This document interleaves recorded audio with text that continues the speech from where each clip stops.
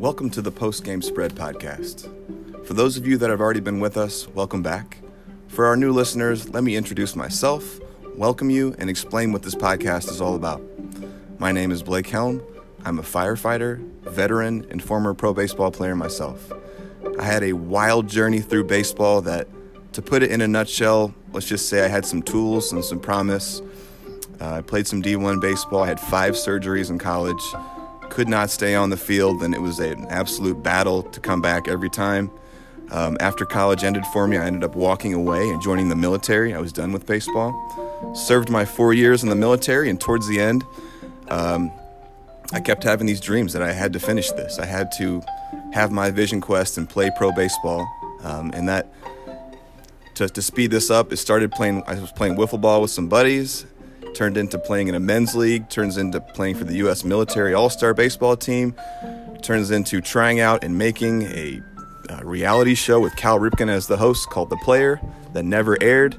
The winner was supposed to get a contract with the Orioles, and that turned into bouncing around indie ball with mixed results, some good, some bad for a couple years, and then it all ended with a fastball dotting me in the temple, and I had post-concussion syndrome for 6 months. So an absolute crazy ride, and through all of that, I learned a lot about myself, a lot about life, and how to overcome. And I had a chance to go on my buddy's podcast a year or two ago and tell my story. And it was so therapeutic and fun and awesome to give thanks to all these people that helped me along the way. I think baseball is such a great teacher of life and life lessons if you pay attention. So from there, I thought, I want to do my own podcast. I want to give back to the baseball community in my own way and be a part of it.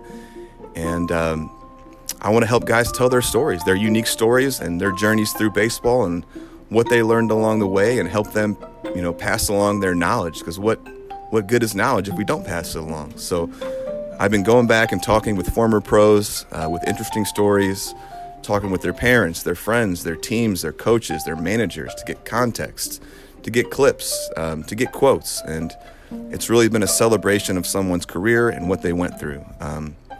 It's somewhere between podcast and biography. It's positive. It's a celebration. I think we really have something here that's special, and I'd love for it to grow organically, whereas one door opens another door, and we keep opening up to new guests here. So I would love for this to reach, pros with great stories, big leagues, minor league guys. So if anyone is out there listening, you think you have a great story, or someone you played with has a great story, and you want to get in touch with us and be a part of this, be on it, my email is thepostgamespread@gmail.com. Look forward to hearing from people. Thank you for your support. Thank you for your time.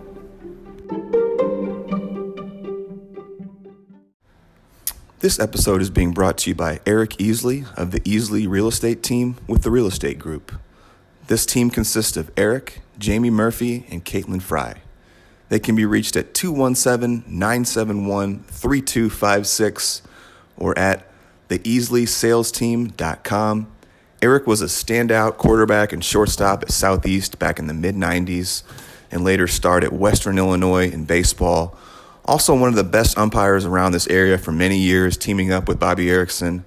He sold houses for all kinds of baseball dudes in the area. The Knadler brothers, Justin and Jason, Ryan Murphy, Todd Schneller, the Savota family. And when it was time for Corey to sell his house and buy his new house, there's only one place he went. That's Eric Easley and the Easley Real Estate Team. So go see these guys for all your real estate needs. We really appreciate you. This episode is brought to you by Glisten Heating and Air. You can reach them at 217-341-3129 or visit glistenheatingandair.com. That's GLISSON. This is owned and operated by Gibbs Gleason himself, a member of the 2000 Pleasant Plains baseball team that were state champs. That's the Dusty Bensko era, former guest.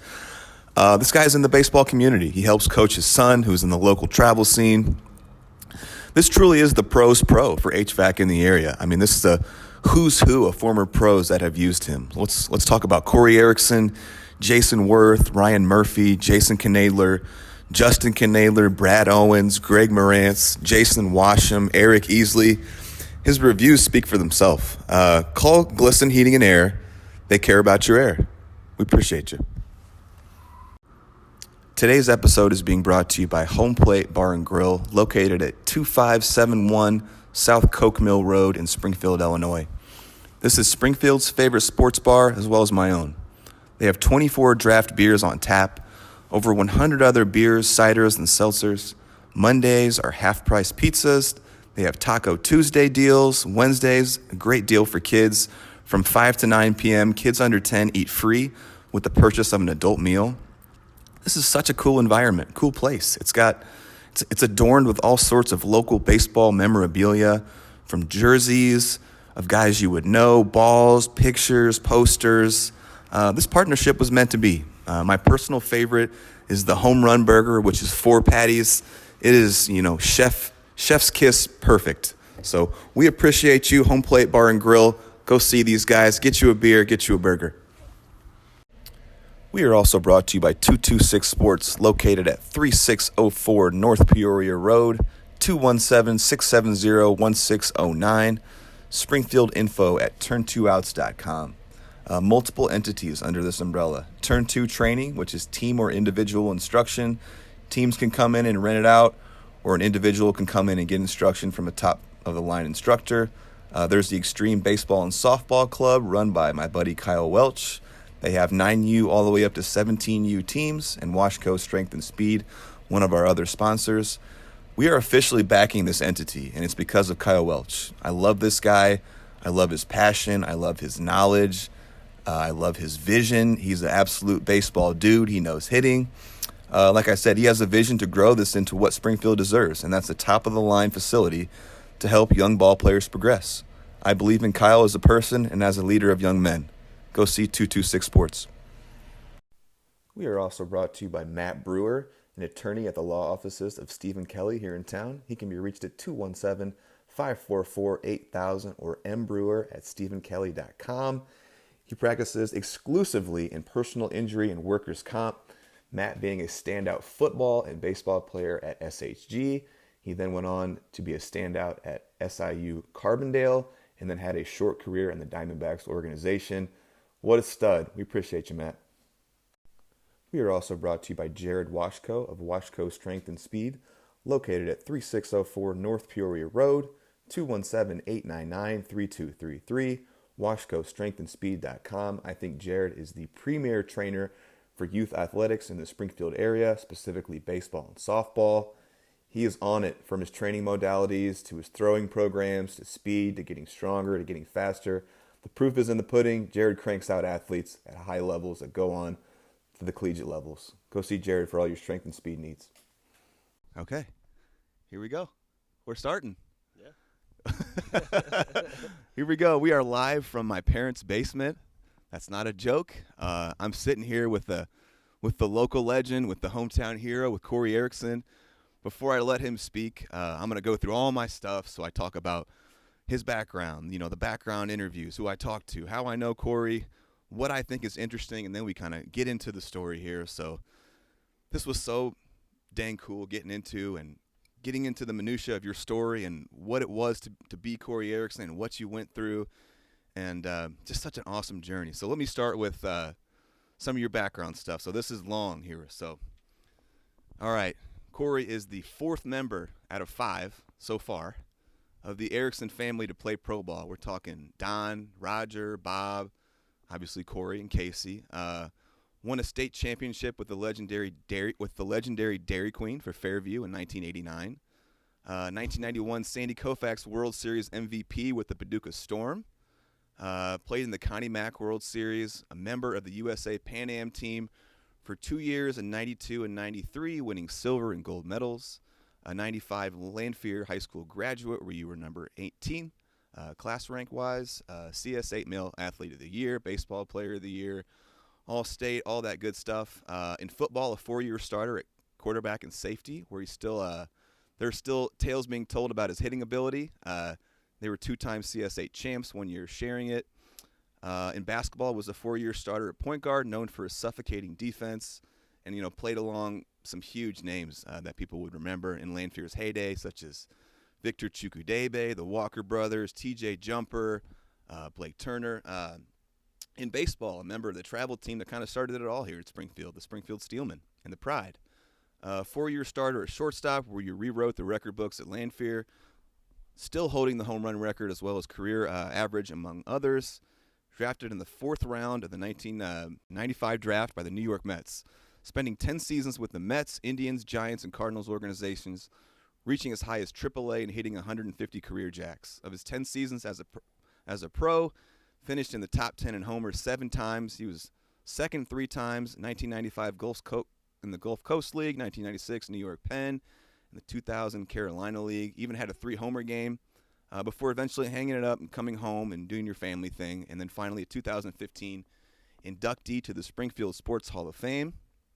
All right, background interviews. And, man, I doubled my efforts on what I've done in the past on this. Yeah, it looks like it. I wanted to make this so special for you. And, everyone has kind of talked about you in ways of that you're really humble and you don't have a lot to say. And I think we're going to see you in a whole new light today in terms of speaking about some things. But I really wanted to just set it up for you where you can kind of riff off all these other guys and what they had to say about your story and how they saw it. And I thought I'd really make it easy for you. So starting it off, Sherry Erickson, your mother, your rock, your pillar, raised you, Bobby Erickson, father, former pro, Lanphier, Western, SCI, the #1 ranked field maintainer in the history of baseball. Love that guy.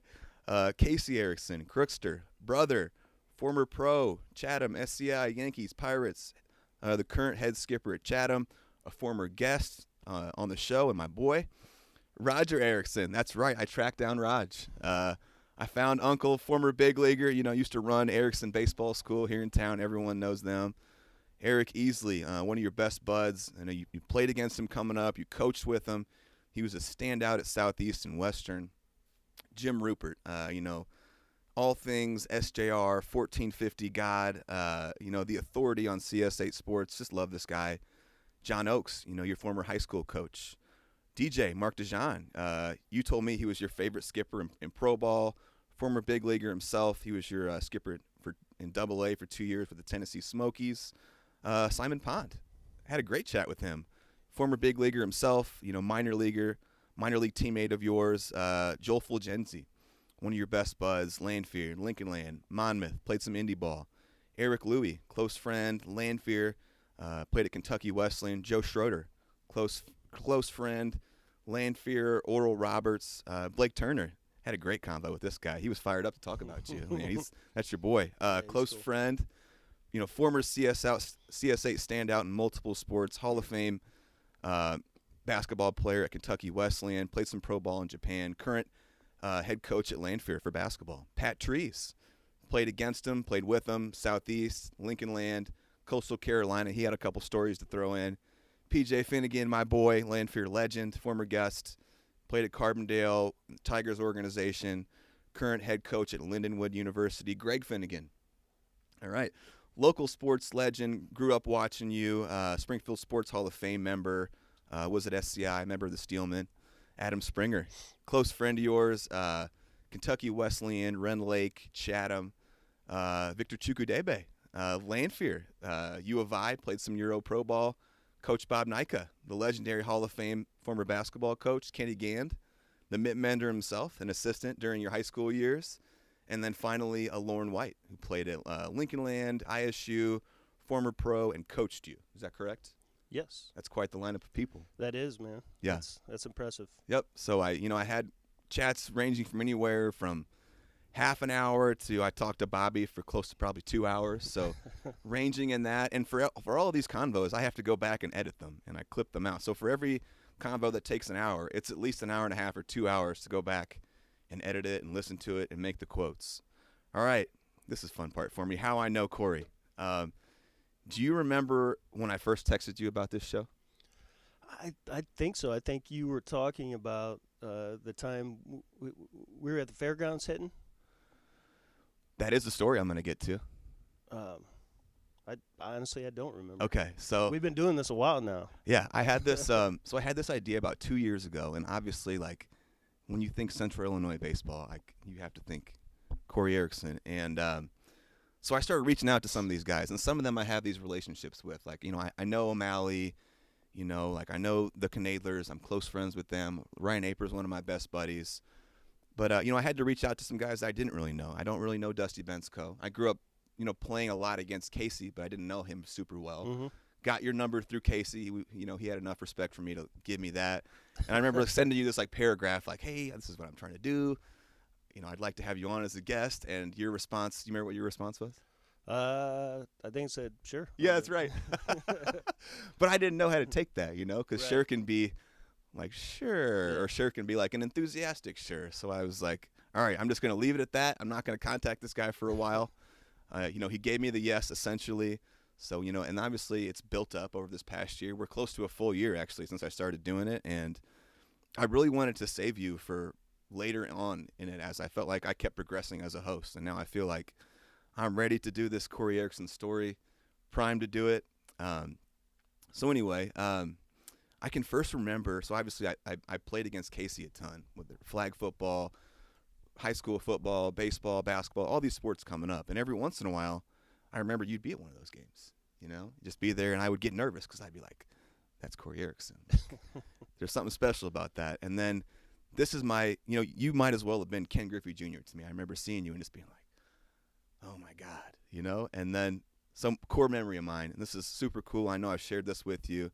I remember you hitting against Roger at the fairgrounds when he had his facility out there, and I must have been like 10 or 11, and it was a moment for me. And my dad saw it too, so he echoes it, and it was just, I had never seen someone hit like that. Like, he was throwing you some stiff BP, and you were, your bat speed, how violent it was, it's so vivid in my head. And you had this bat that was like just beat to shit. It was like wood glue on it, and I remember like tape, I felt like, and screws, and shards of the actual bat were falling off as you were hitting. And I just remember in that moment being like, man, I want to do that someday. Like, I want to swing like that, and I want to have big forearms, and like I want to play pro ball, and like I was even like, I want curly hair like this dude, and I want to wear the chain, and like, some of those things I got to do, not all, but and actually this is perfect. So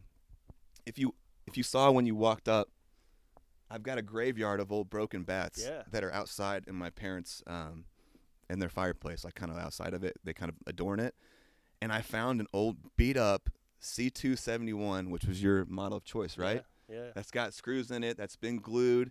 And I would love for you to sign this. I know this is like a goofy thing for you to sign, just like a beat up C271, but it's a special thing for me. So for sure. Here, right there, I got some more stuff to say, so go ahead and sign it for me. Okay. You can put that down for a second. I appreciate it.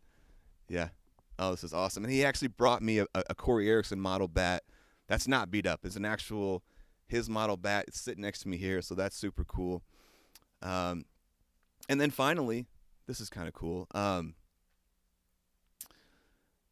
We've got this like funny thing. Thanks, buddy. We've got this funny thing about Walmart, right? Like, for some reason, we always bump into each other at Walmart, and there's this funny story. Thanks, brother. Of maybe like 3 or 4 years ago, I think I was in my firefighter uniform, and we were. And I snubbed you, right? Kind of. I mean, it wasn't intentional. It wasn't a snub. Let me tell it, and like I'd probably snub myself if I came up to you like this. But I think I was in my uniform, and I was like, I saw you like over by like the cheese or something like that, and I was like, that's Corey Erickson. Like, I know who that is. And I got, all of a sudden, like, I don't even care how this sounds. Like, I was 10 years old again, and I was like, made a beeline to you, and I was like, you're Corey Erickson, right? And you looked at me, you're like, yeah. And like, I didn't have anything else to say. I was just like really excited to see you, and I was like, well, big gulps, huh? All right. And then that was pretty much it. And then so I laughed that you big leagued me a little bit. But then a couple times after that, we've seen each other and dapped up, and it's been he texts me every once in a while, and he'd be like, hey, I'm gonna be at Walmart today. You gonna meet me there? What are we gonna do here? So Walmart is our special place. And then I actually even met Bobby not that long ago, and you brought me some tapes today, but I had this software that can convert old VHS and high 8 tapes to digital, and I wanted to get some Corey stuff out there. I just thought it would be cool. And Bobby has given me a ton of stuff, so I've been going over and looking some of it, and I have these memories of you, but like, it's cool to see it again and like see how high level of a mover you were athlete-wise, just how your feet move, how your knees will work, how you get into your joints, your levers, the fluidity, the athleticism, the strength. I mean, there's clues to why your career went like it went. So we'll get into that, but I've been putting out some video out there for guys to see and whatnot. All right, finally, some interesting parts to the story. I love how dominant, kind of from what I think I know at least, how dominant you were as an athlete from a young age, but it stayed that way, like all the way through. Like I know so many guys, I'm sure you do too, that were dominant when they were 12, 13, 14, the guys that were bigger than everyone else, and they just kind of flamed out later. I know, like I can think of like Matt Rupich and Pat Patterson's, at least from my kind of age range of guys like that, but you were kind of that guy that dominated, and it just stayed that way. So you were obviously wildly talented. You were obviously getting recognized very early for your baseball talent, getting picked up by the Paducah Storm, Team USA, huge deals, winning, MVP or World Series MVPs. I think, I'm going to talk about this heavily, I think you are the overall greatest athlete in CS8 history. When you think totality of it, when you think, 4-year starter at the 3 main sports and the premium positions. So 4-year starter at shortstop, point guard, quarterback, safety, no time spent on JV freshman teams.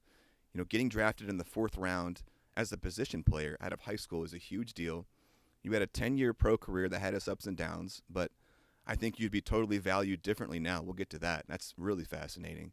And for all the humble yes sir, no sir, rule following, quiet guy that everyone knows, there's also a little bit of a wild man in there that some guys talked about, and there's just a lot of stuff of like you were fearless and you like to kind of push boundaries on stuff and kind of, test what you were capable of. And I can't wait to get into all of it.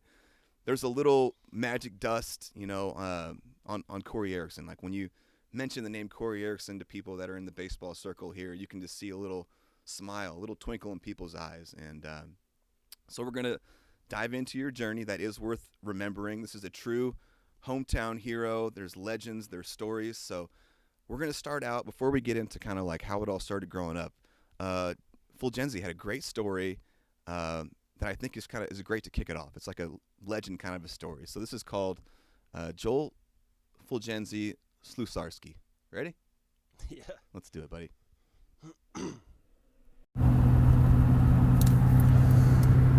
So the spring of 1994, we lost at Lanphier. Our season's over. It's Memorial Day weekend. Friday night, we're going to go out, me, Corey, and Eric Louie. And the phone rings at Corey's mom's house, and it's my dad. And my dad asked us somebody called him and wanted to get a hold of me, Corey, and Eric, see if we want to go play on a baseball team out in the Memorial Day tournament in Riverton. And because Pally's had gone to the World Series, Lincoln had gone to the World Series that year. So they had to bail out at the last minute. They were looking for a bunch of kids to replace him. We had our night planned out. We were like, man, oh no, what is this all about? So we made the right choice. We decided to go play baseball. And so we go out there Friday night because my dad called. He said the game is now. They need you basically right now for a Friday night game. So we go out to Riverton and we play that Friday night. We won. I don't even know who we played. It was a close game. I mean, obviously a lot of those teams out there were grown men.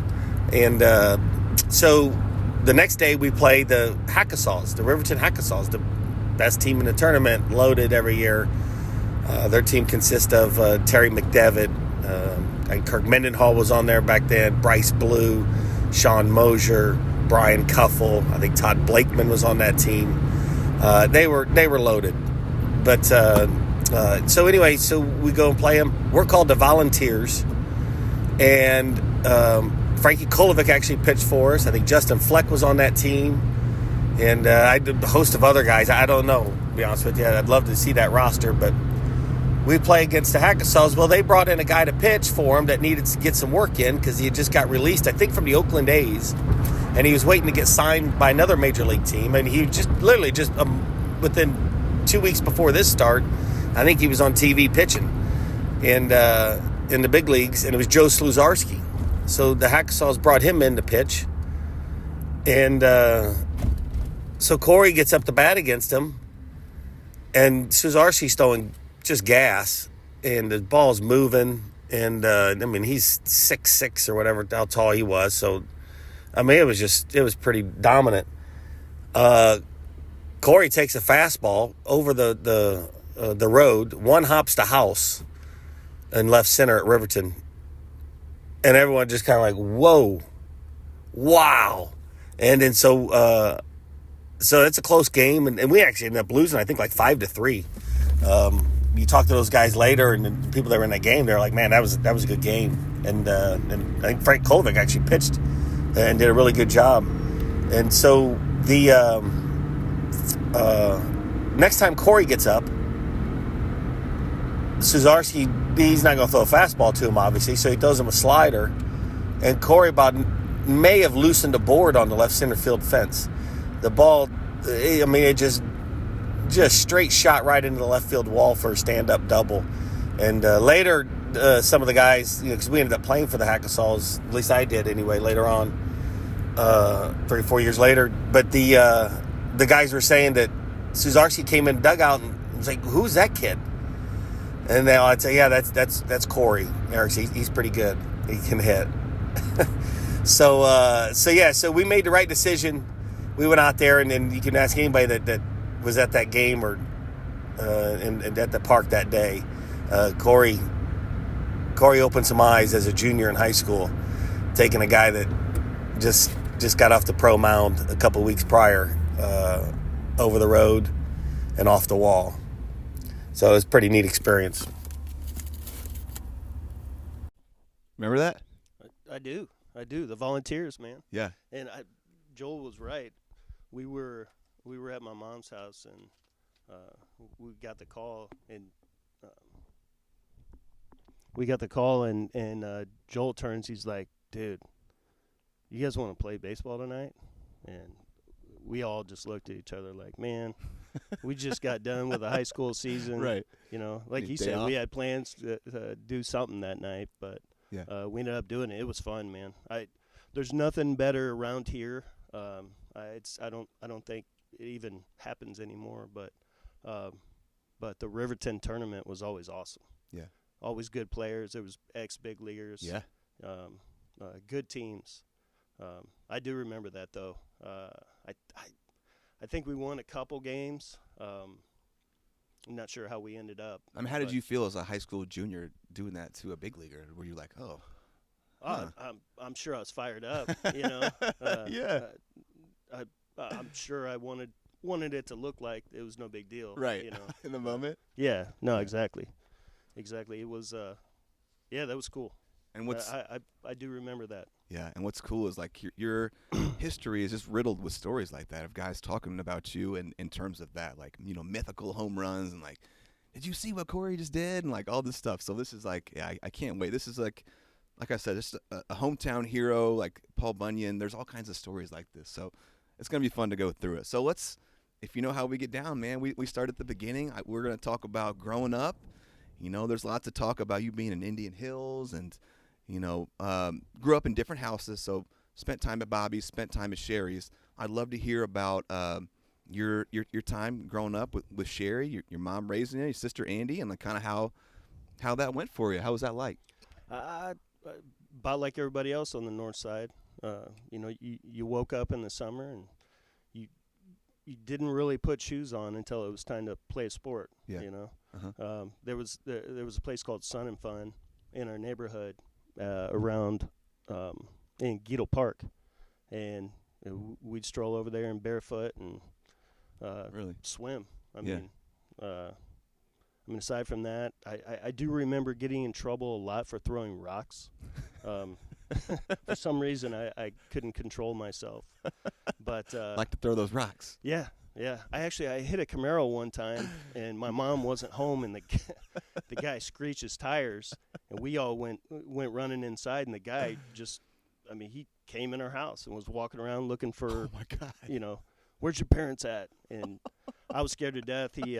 He left and said he was coming back, so I had to tell my mom when she got home, but he never came back. So, well, that's terrifying. I got bluffed. Oh, I was scared to death. I was.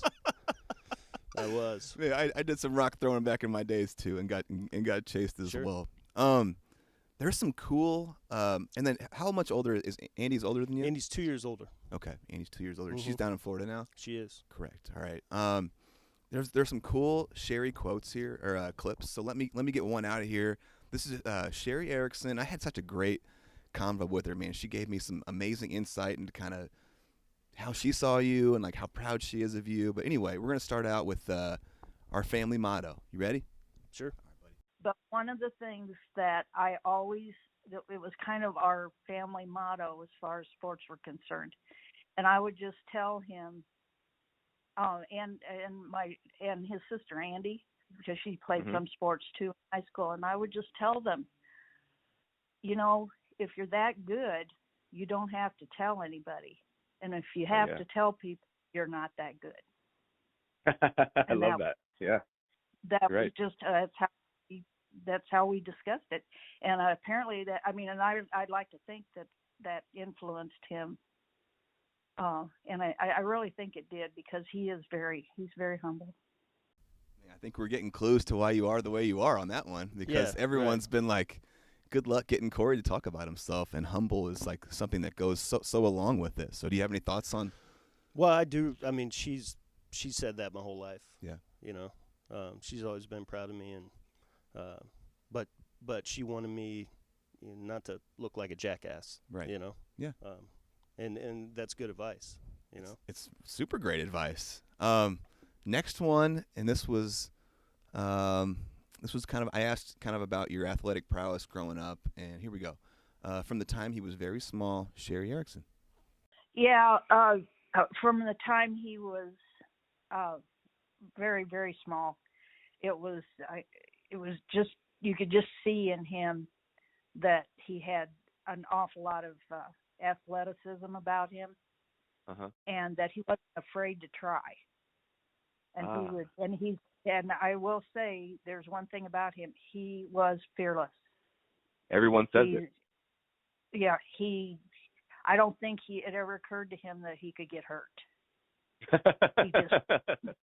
It just went for they say sometimes kids think they're invincible. I truly think he thought he was invincible. He just full speed at everything he did. Man, there's gonna be some. That's going to be a theme moving forward. I think everyone that I talked to described you as fearless, and totally unafraid to try, and like unafraid to fail. Do you have any thoughts on that? Where does that come from? I don't know. Is that in you? Know. You born with that? I guess so. Right. My dad will say, he may have brought it up in the conversation you had with him that, preparation makes you, I guess, creates that confidence within yourself. But I like my mom said, at a young age, I would agree. I really didn't care. I wasn't afraid to get hurt. Yeah. Just didn't occur to you. No. Because not really. Yeah, and like we'll get into it. I don't know when the right time is, but everyone, there's stories of like you climbing really high trees and stuff like that, and it was just something that you just felt kind of you just kind of gravitated towards, like. Yeah, well, maybe some of it was showing off. Yeah, I get that for sure. That's always fun. Right. I mean, it kind of like my mom said, if you're that good at something, you shouldn't have to tell people. Right. So you just show them. I love that. Right. Yeah, that's a great point. Cool. So then moving on a little bit. And there's plenty more Sherry stuff, and we've got so many quotes and clips from her and Bobby here. So I'd love to hear about some of your time with Bobby. How was that growing up with him? Obviously a former pro. I know you obviously showed an aptitude for baseball, for sports very early, and he kind of started nurturing that. Let's tell me about Bobby as a parent and just kind of growing up with him. So yeah, great dad, obviously. I do remember he used to pick me up from babysitters before I got into school, so I had to be 3, 4, 5 maybe. Yeah. He would pick me up. We'd do soft toss. It was over by Fairview Park was where my babysitter was, and he'd grab me in his work truck, take me around the corner, and we'd hit wiffle balls or soft toss into a screen. I mean, when I was like 3 or 4, Man. Yeah. I mean, on his lunch break or whatever. Do you feel like you were falling in love with it at an early age? Like you wanted to do it? Yeah, definitely. I think I wanted to play anything, any type of competition. Was that kind of what drove it? Well, you liked competing, or what was that? Yeah. I mean, competing. I just gravitated towards baseball because it's something that you can kind of do by yourself in a way. You can hit off a tee. Mm-hmm. I used to throw. I used to go over to the school and just throw balls off the wall and field them. Yeah. Stuff like that. You do that by yourself. So yeah. Absolutely. What all schools did you go to growing up? I went to, where did I go? I went to Wilcox, first and second grade, I think, or maybe third and fourth. Mm-hmm. I went to Matheny, first and second. Gotcha. Feischens. In Washington? Feischens and then Washington. Feischens had I Lanphier. remember playing basketball there. They had a carpet gym. Right, I remember that too. Yeah. Yeah. Boys and Girls Club has a carpet gym too. Did you ever do any Boys and Girls Club stuff coming I played up? some tournaments there. Yeah. I haven't been over there for a long time. I want to say it's still carpet actually. All right, let me get to a couple. We'll play off a couple Bobby clips here. There's some, like, as you can imagine, when Bobby gets into story time, it's just rolling. Right. All right, Bobby Erickson diving for balls here. You ready? Let's do it. Well, a lot of the things that happened were, obviously he was known for his hitting, but he was also a tremendous fielder. Yeah. And what we did was every day, as early as we could, I don't even remember how young he was, but he always wanted to dive for ground balls. So our work was, we'd hit 100 ground balls. He had to catch 95 of them, make a play, and then for that he was rewarded by hit balls in the line, in the holes and stuff. And he used to dive and try to catch them. He'd do all that kind of stuff. Yeah, I mean, and he was, well, you know how Corey was, never said a word, just worked. Yeah. You got anything to say on that? Yeah, I remember that too. I mean, Ozzie Smith was my hero, right? And we'd go out at Indian Hills Park.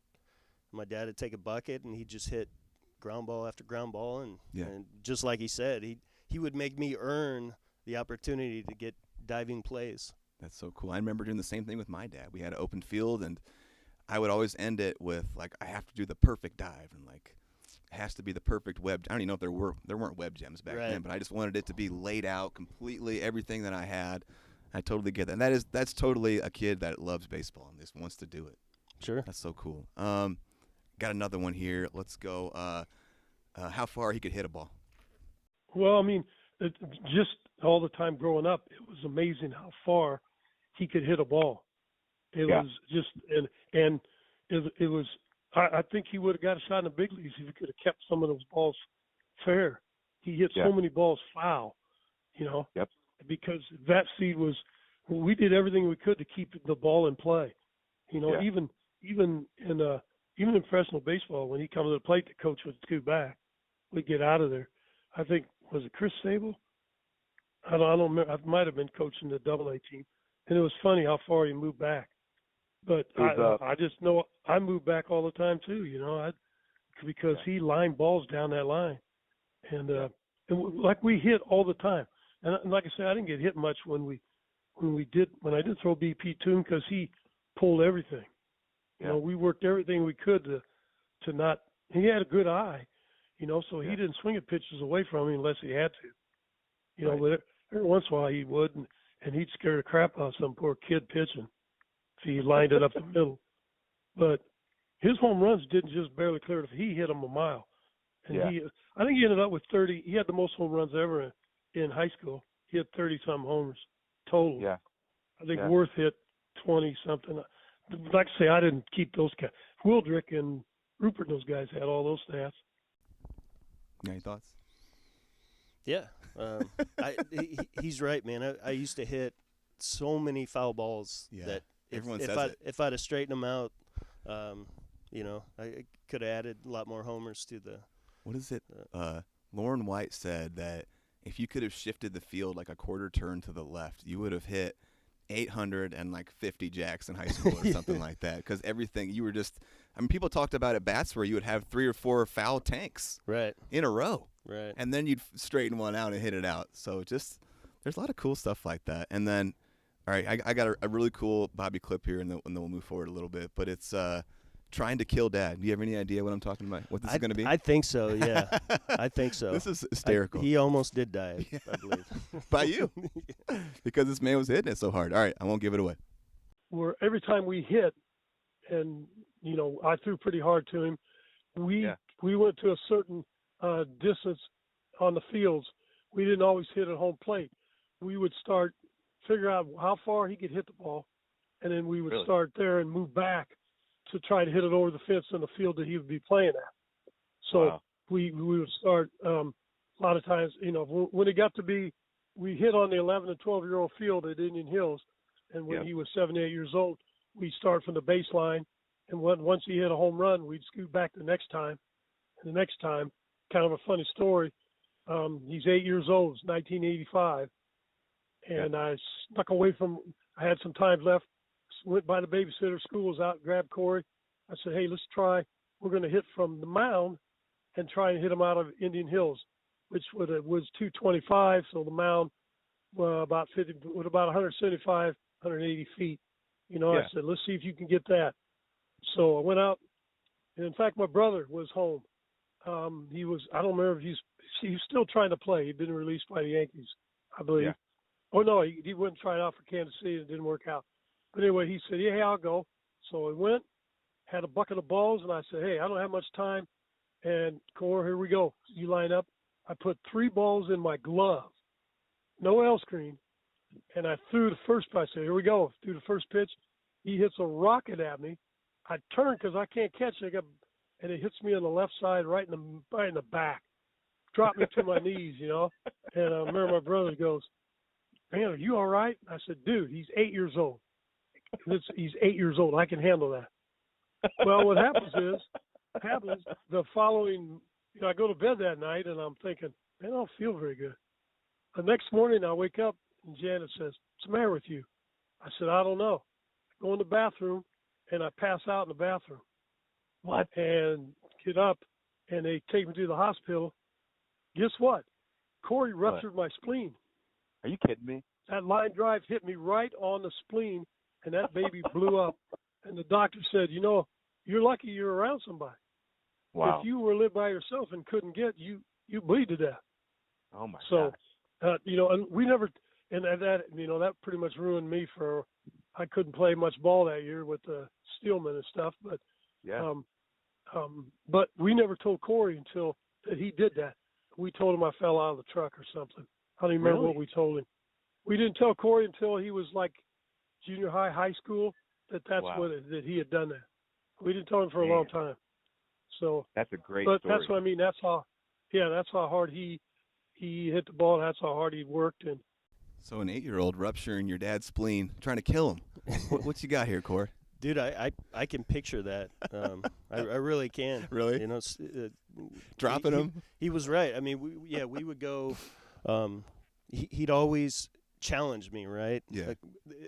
It's not as much fun hitting if there's not a fence, and if there's not a goal to reach. And anytime we go out for a session, if I did hit a home run at that point, we would scoot back, and eventually got to home plate. But yeah, I can visualize in my brain right now him dropping, and they were protecting me by not telling me that I did that. And in a way, I even being 8, I think I kind of thought, shit, maybe I did do that. But I mean, I had to believe him, Right. And then just years later, they're like, oh yeah, by the way, you ruptured my spleen. Yeah. No, it was then actually the rest of that story when they actually brought him from the bathroom. I can't I'm a terrible storyteller, but that would be a good story for Bobby to tell you at some point because Roger was living in his basement at that time. Okay. And I think my stepmother Janet can't handle, a grown man trying to carry, Sure.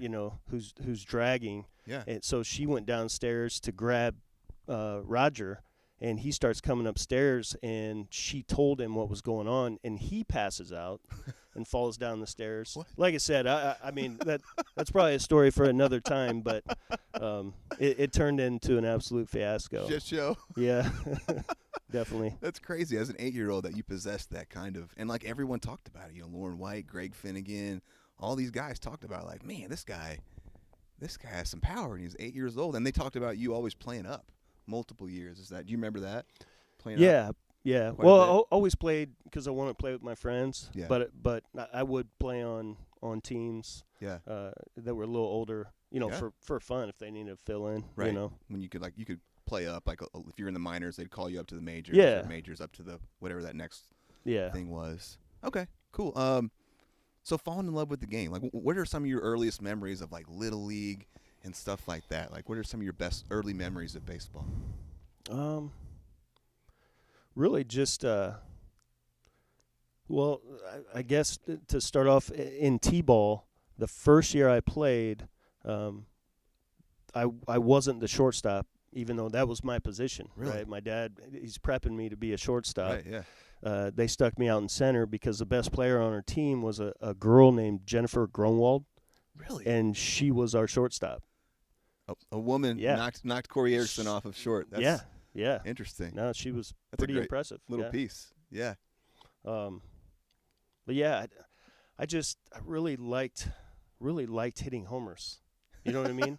I mean, that's so much fun, and like I do know what you mean. Yeah, and like, we played at Fairview Park, which, I mean, the bats aren't, they weren't as disgusting as they are now. Loaded bats, but right.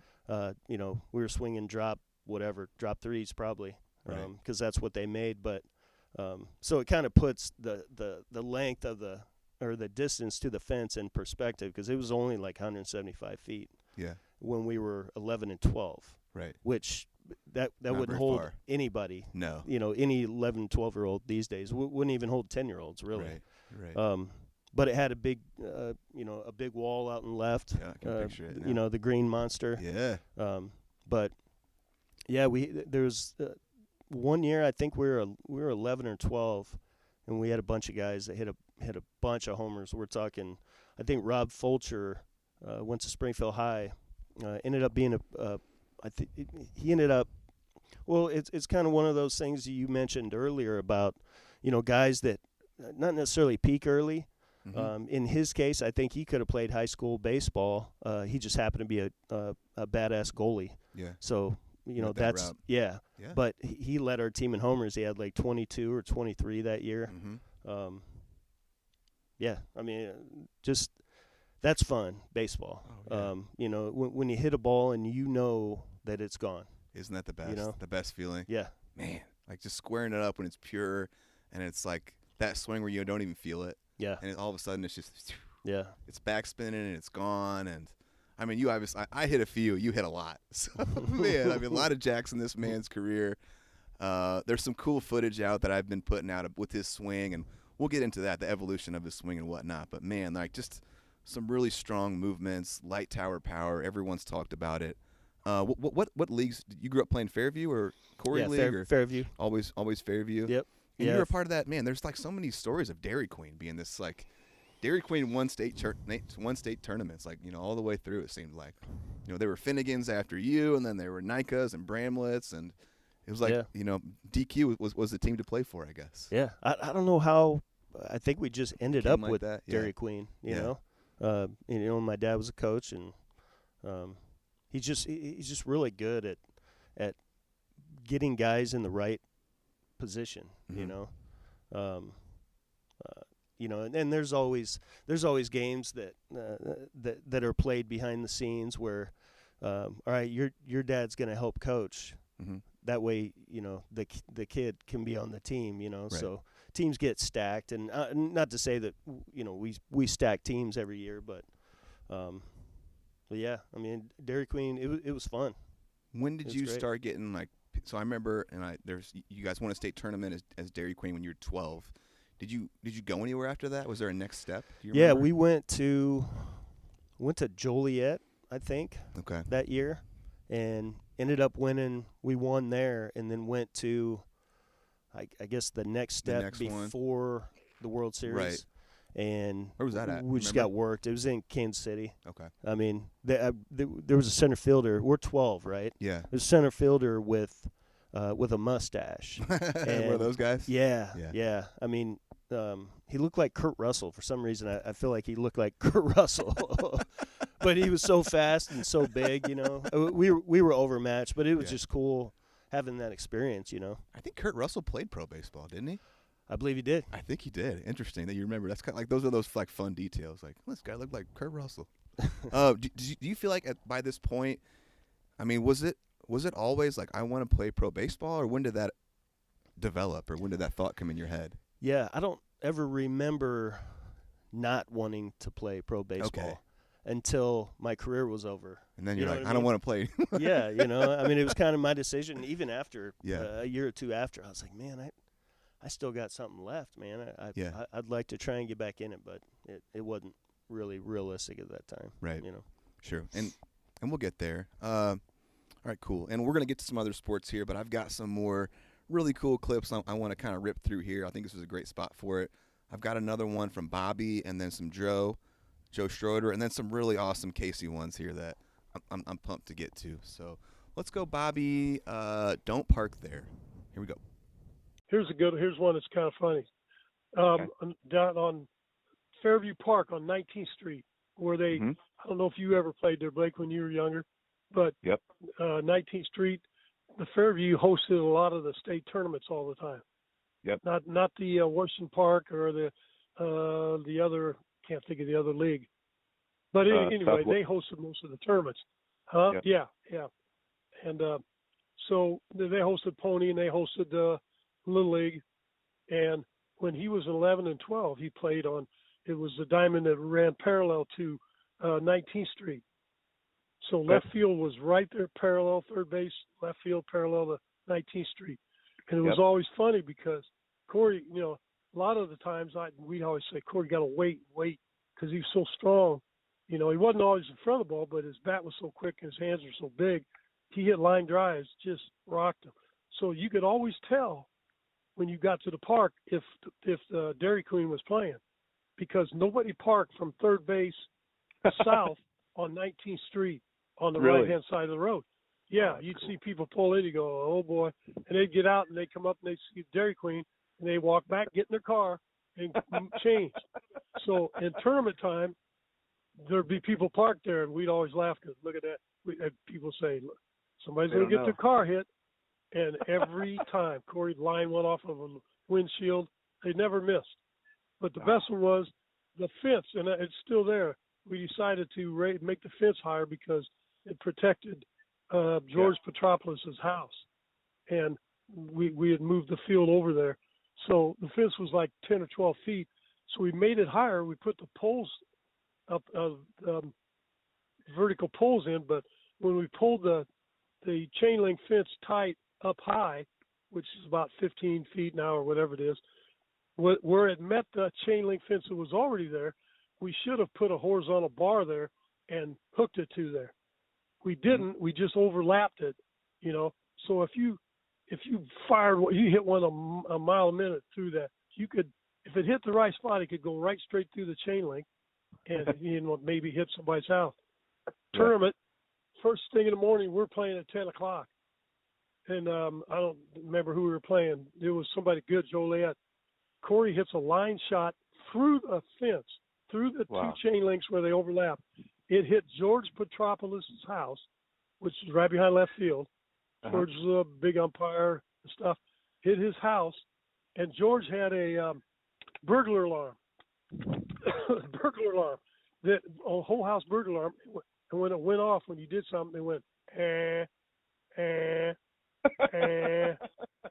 that thing went he was gone for something. And that thing went for 8 hours of the tournament. The burglar alarm went off. The Corey hit that house. It drove people crazy. Setting off burglar alarms, man. Yeah. You got anything on that? I didn't get arrested. We'll say that. No, I do remember that though. Yeah. He's right. I don't know if it ran for 8 hours, but obviously old boy wasn't home. Right. And it wouldn't stop, you know. And Right. everyone just kind of looking around like, Jesus, can we get that shit to stop? So irritating, right? Yeah. Just, Yeah, the whole day. at least our whole game, you know. God. Everyone's glad to get out of there. That's great. And just that everyone knew, like, it's a bad idea to park over there if Corey is hitting. That's so interesting. And it seemed like it was that kind of all the way through. Like, your bat was so fast and you had a hard time waiting back on, you know, slower stuff. You just yanked it. Yeah? Yeah. I did yank a lot. And he's right. Most of the coaches that third base coaches I had, they all scoot back. They knew. Yeah. Yeah. Yeah. And there were even like some of your teammates, like Eric Louie and those guys were like, I didn't like being on. You know, if we were up, obviously, and I was on third, like I hated it when Corey was hitting. It was like I just felt like I was in danger. Yeah. You know, it was like I don't want to be here. Yeah. I feel uncomfortable. Yeah, I could see that. All right, cool. Here we go. Joe Schroeder, that young man is your age. I think my first memory of Corey was at 10 years old, and we were one of the few kids that you know, back then 11-year-olds played with 12-year-olds, and based on ability, they would let some kids as young as 10 play. And I remember playing left field, and one of the hardest balls hit that day was from him. And I just remember going home with my father, and my father said, "That young man is your age." And I just realized then, like, whoa, I've got a lot of work to do if 10-year-olds are already hitting the ball that hard. So, I mean, at an early age, he was just keeping up with the older kids, and you know, us that were his age knew we had to, you know, he was just at a different level, even at that age. That's cool to hear. And then coming up here, you got any thoughts on that, or? No, I mean, Joe, man, that's my boy. That's your boy. It doesn't surprise me that Joe would remember something like that. You know, he catches everything. Yeah, for sure. No, but I as far as playing up like that, you know, I just kind of thought of this. I remember being more nervous in the dugout around older kids than actually playing the game. The social aspect of it was more nerve-wracking for you. That's it's like these guys are, you know, they could kick my ass type deal. I doubt that. Or what? I seriously doubt that, Corey. This guy, how old are you now? I think I just turned 47. This guy is an absolute unit. Like, everyone talks about, you know, how strong this guy was and like how athletic, and you know, a lot of former athletes kind of say F it, you know, once it's all over, said and done, and like they don't really adhere to still working out. But I'm looking at this guy. You look like a brick house still, dude. Like, you still get after it. I appreciate it, man. I'm trying to get back there. You look great, man. Trying to get back there. Yep, you look great. And this is so cool now. We're getting to some Casey clips, or some Casey, some Crook, whatever you want to call him. However you know him. That, you know, I think he's the greatest overall pitcher in CSA history when you look at his body of work. Awesome guy, the head skipper at Chatham, and he is now coaching your son Crew. Yeah. Right? Yeah. That's kind of trippy. I mean, full circle stuff. Yeah, no, it's great. You know? It's great. He's I mean, his senior year, their first game is actually, what is today? First game is tomorrow. Wow. Looking forward to it. Yeah. And, you know, everyone talks about how wildly talented he is, and that, you know, Casey was saying that a lot of schools, if he is going to play college baseball, because that's kind of up in the air, right? Maybe. Yeah. But that, you know, he's just this wildly talented hitter, and that a lot of schools that did not, I guess, you know, lock him up or show interest last year are going to regret it this year. And he thinks he could have an absolutely huge year. Yeah. I mean, he almost led the CSA in hitting last year, didn't he? Or he was up there? Yeah, him and big time power Creighton too. Reinke were a nice little 1-2 punch. Yeah. And I've seen some video of it. He's got a unique swing for a lefty. He does. Right? He does. How would you describe it? Man, it kind of looks like he's dragging his bat through the zone. Yeah. I think that's why he hits ball the other way as well as he does. Mm-hmm. But yeah, he's very good at fouling pitches off to get the pitch he wants. Oh man, that's a skill. That is a skill. Is, and for a high school dude kid, to do that, yeah, huge. Yeah. Wow. No, it is.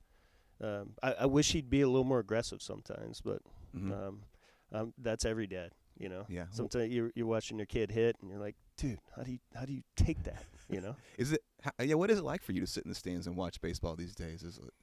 I mean, you obviously went through it with Brody as well, your oldest son. Yeah. I mean, are you like, oh, they're not doing this right, or I don't like how they're coaching this or that, or are you critical in your head, or? I hate to say it, I'm critical of coaches. Yeah. More than Sure. More than what my kids are doing, but I mean, at least on the surface, I'm more vocal about what's going on coaching wise than you know, everybody's had that conversation with their kid many times on the way home after the game about what they need to do next time. Yeah. You know, so every at bat, I'm doing that in my head. But you know, Carly, my wife she's helped me contain myself. You know, so and back off. But I'm to this day still not very good at it. Eric Easley said that a lot of times you guys will kind of sit off by yourselves a little bit. During games, just to not hear all the chatter and some of that kind of stuff, so you can kind of really focus on the game and taking it in. Is that accurate? Yeah, yeah. I don't remember when I played.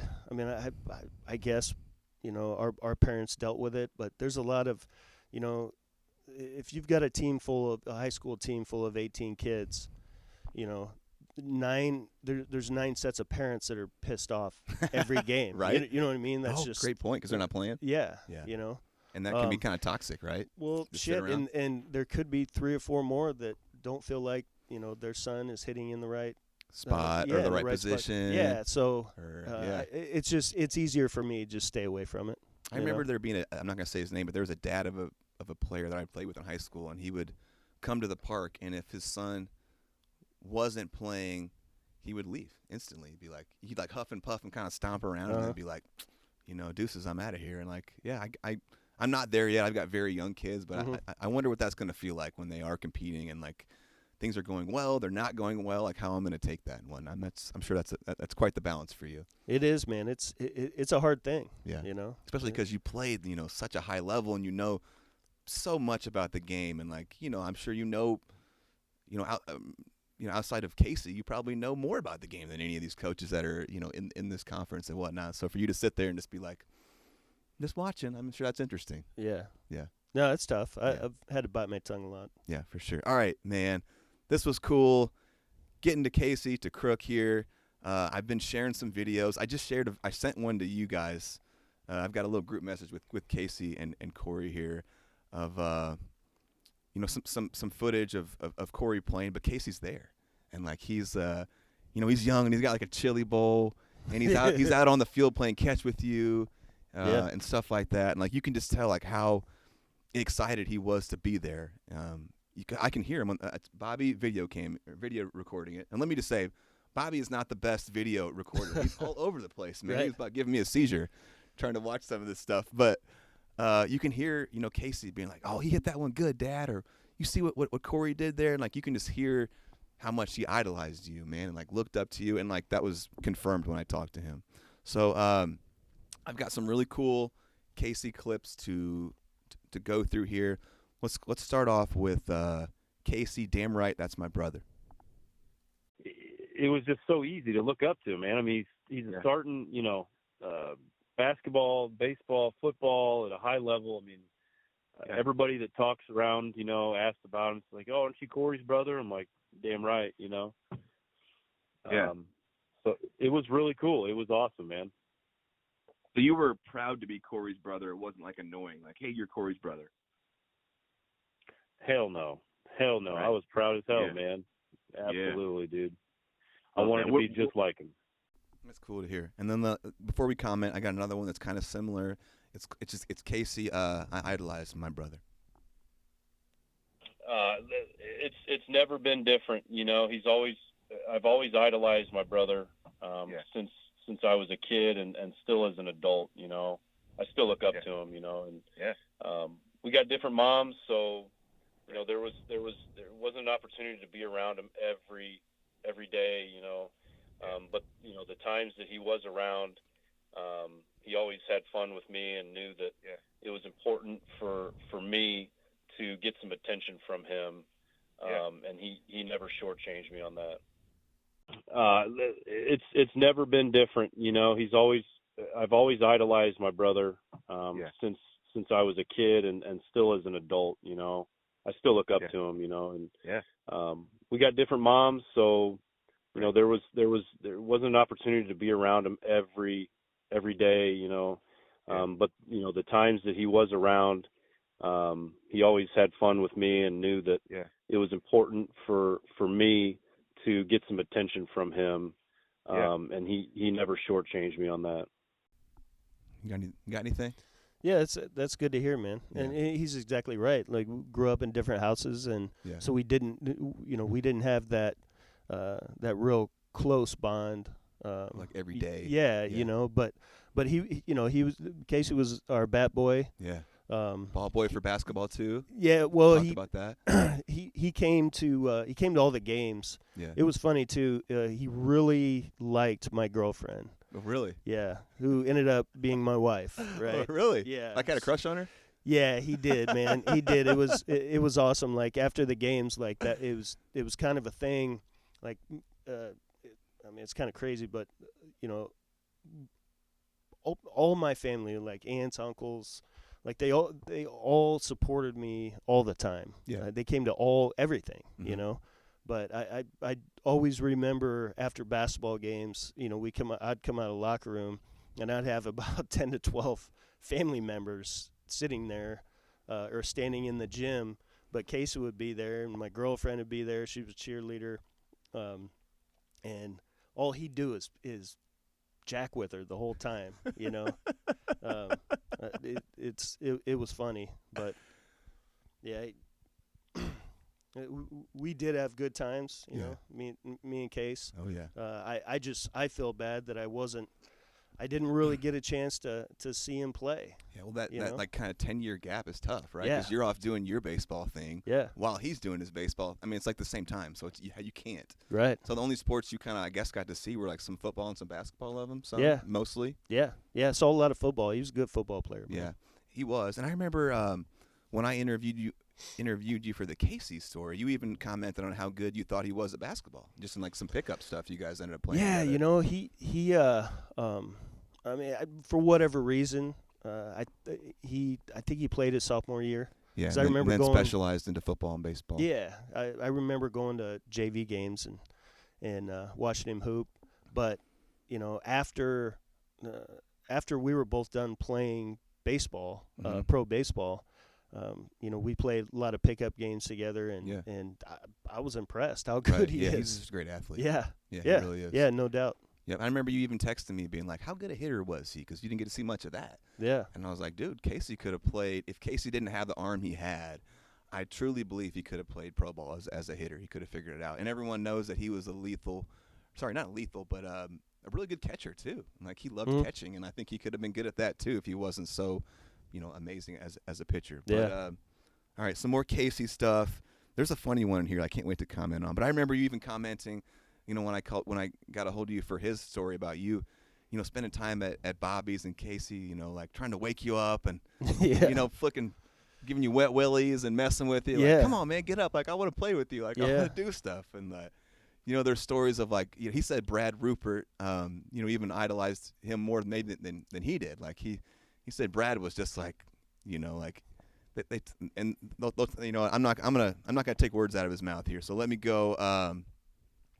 Casey, what a blessing to look up to him. Well, I mean, what a blessing for me, you know. I mean, to have someone of that caliber of an athlete, you know, to look up to, and you know, right, you know, we share the same last name, you know. So my friends and my friends got to enjoy that as well. You know, my friends were around, and pretty much whatever Corey did, whatever he wore, however he talked, we pretty much did the exact same. So, you know, when I was in like second grade, I was wearing like jean shorts, you know, and everybody's like, "What the heck are you doing?" I'm like, "Well, my brother wears jean shorts, so that's what I'm wearing." I love it. I don't know why I want to comment this. Did you notice when he almost said jorts, but then he corrected himself? I know. There's nothing wrong with saying jorts, Crook. It's okay, buddy. Yeah. And yeah. I remember seeing you wear. It was a long time ago, man.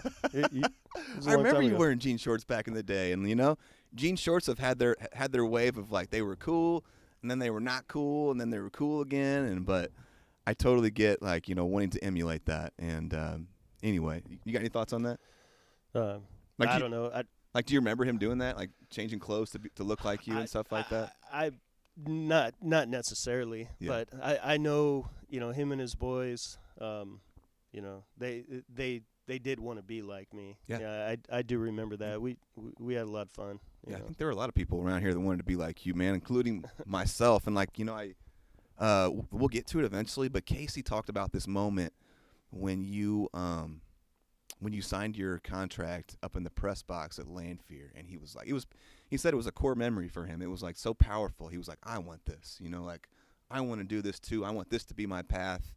And, similar to me, I remember that story I shared about you hitting an Erickson's and that being kind of a core memory for me and being like, I want to do that too. So, you had an influence on a lot of people in ways you probably didn't even know, and like influencing paths like that. No, it's good to hear people talk about you like that. For sure, man.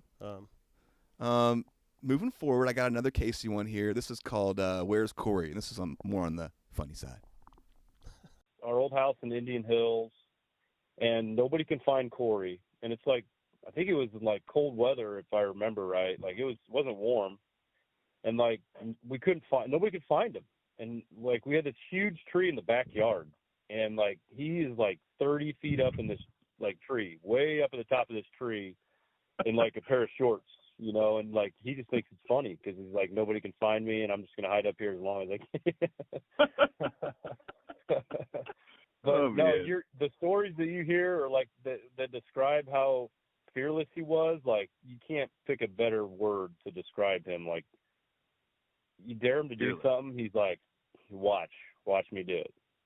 So let's talk about this tree climbing stuff. And I actually sent you a picture last night because I was kind of a daredevil myself growing up, and I love to climb trees, and it was just fun to go as high as I can and see everyone be like, oh my God, don't be up there. So like tell me about this tree climbing stuff, man. No, that's just like you said, man. It was an opportunity. I'm not sure why I did it. Like, he mentioned, people daring me to do stuff. I think people stopped daring me to do stuff at certain times in my life because they knew what I was, that I was gonna do it. He's gonna do it. Don't say it to him. No, but that particular, I remember my dad telling me that they were looking.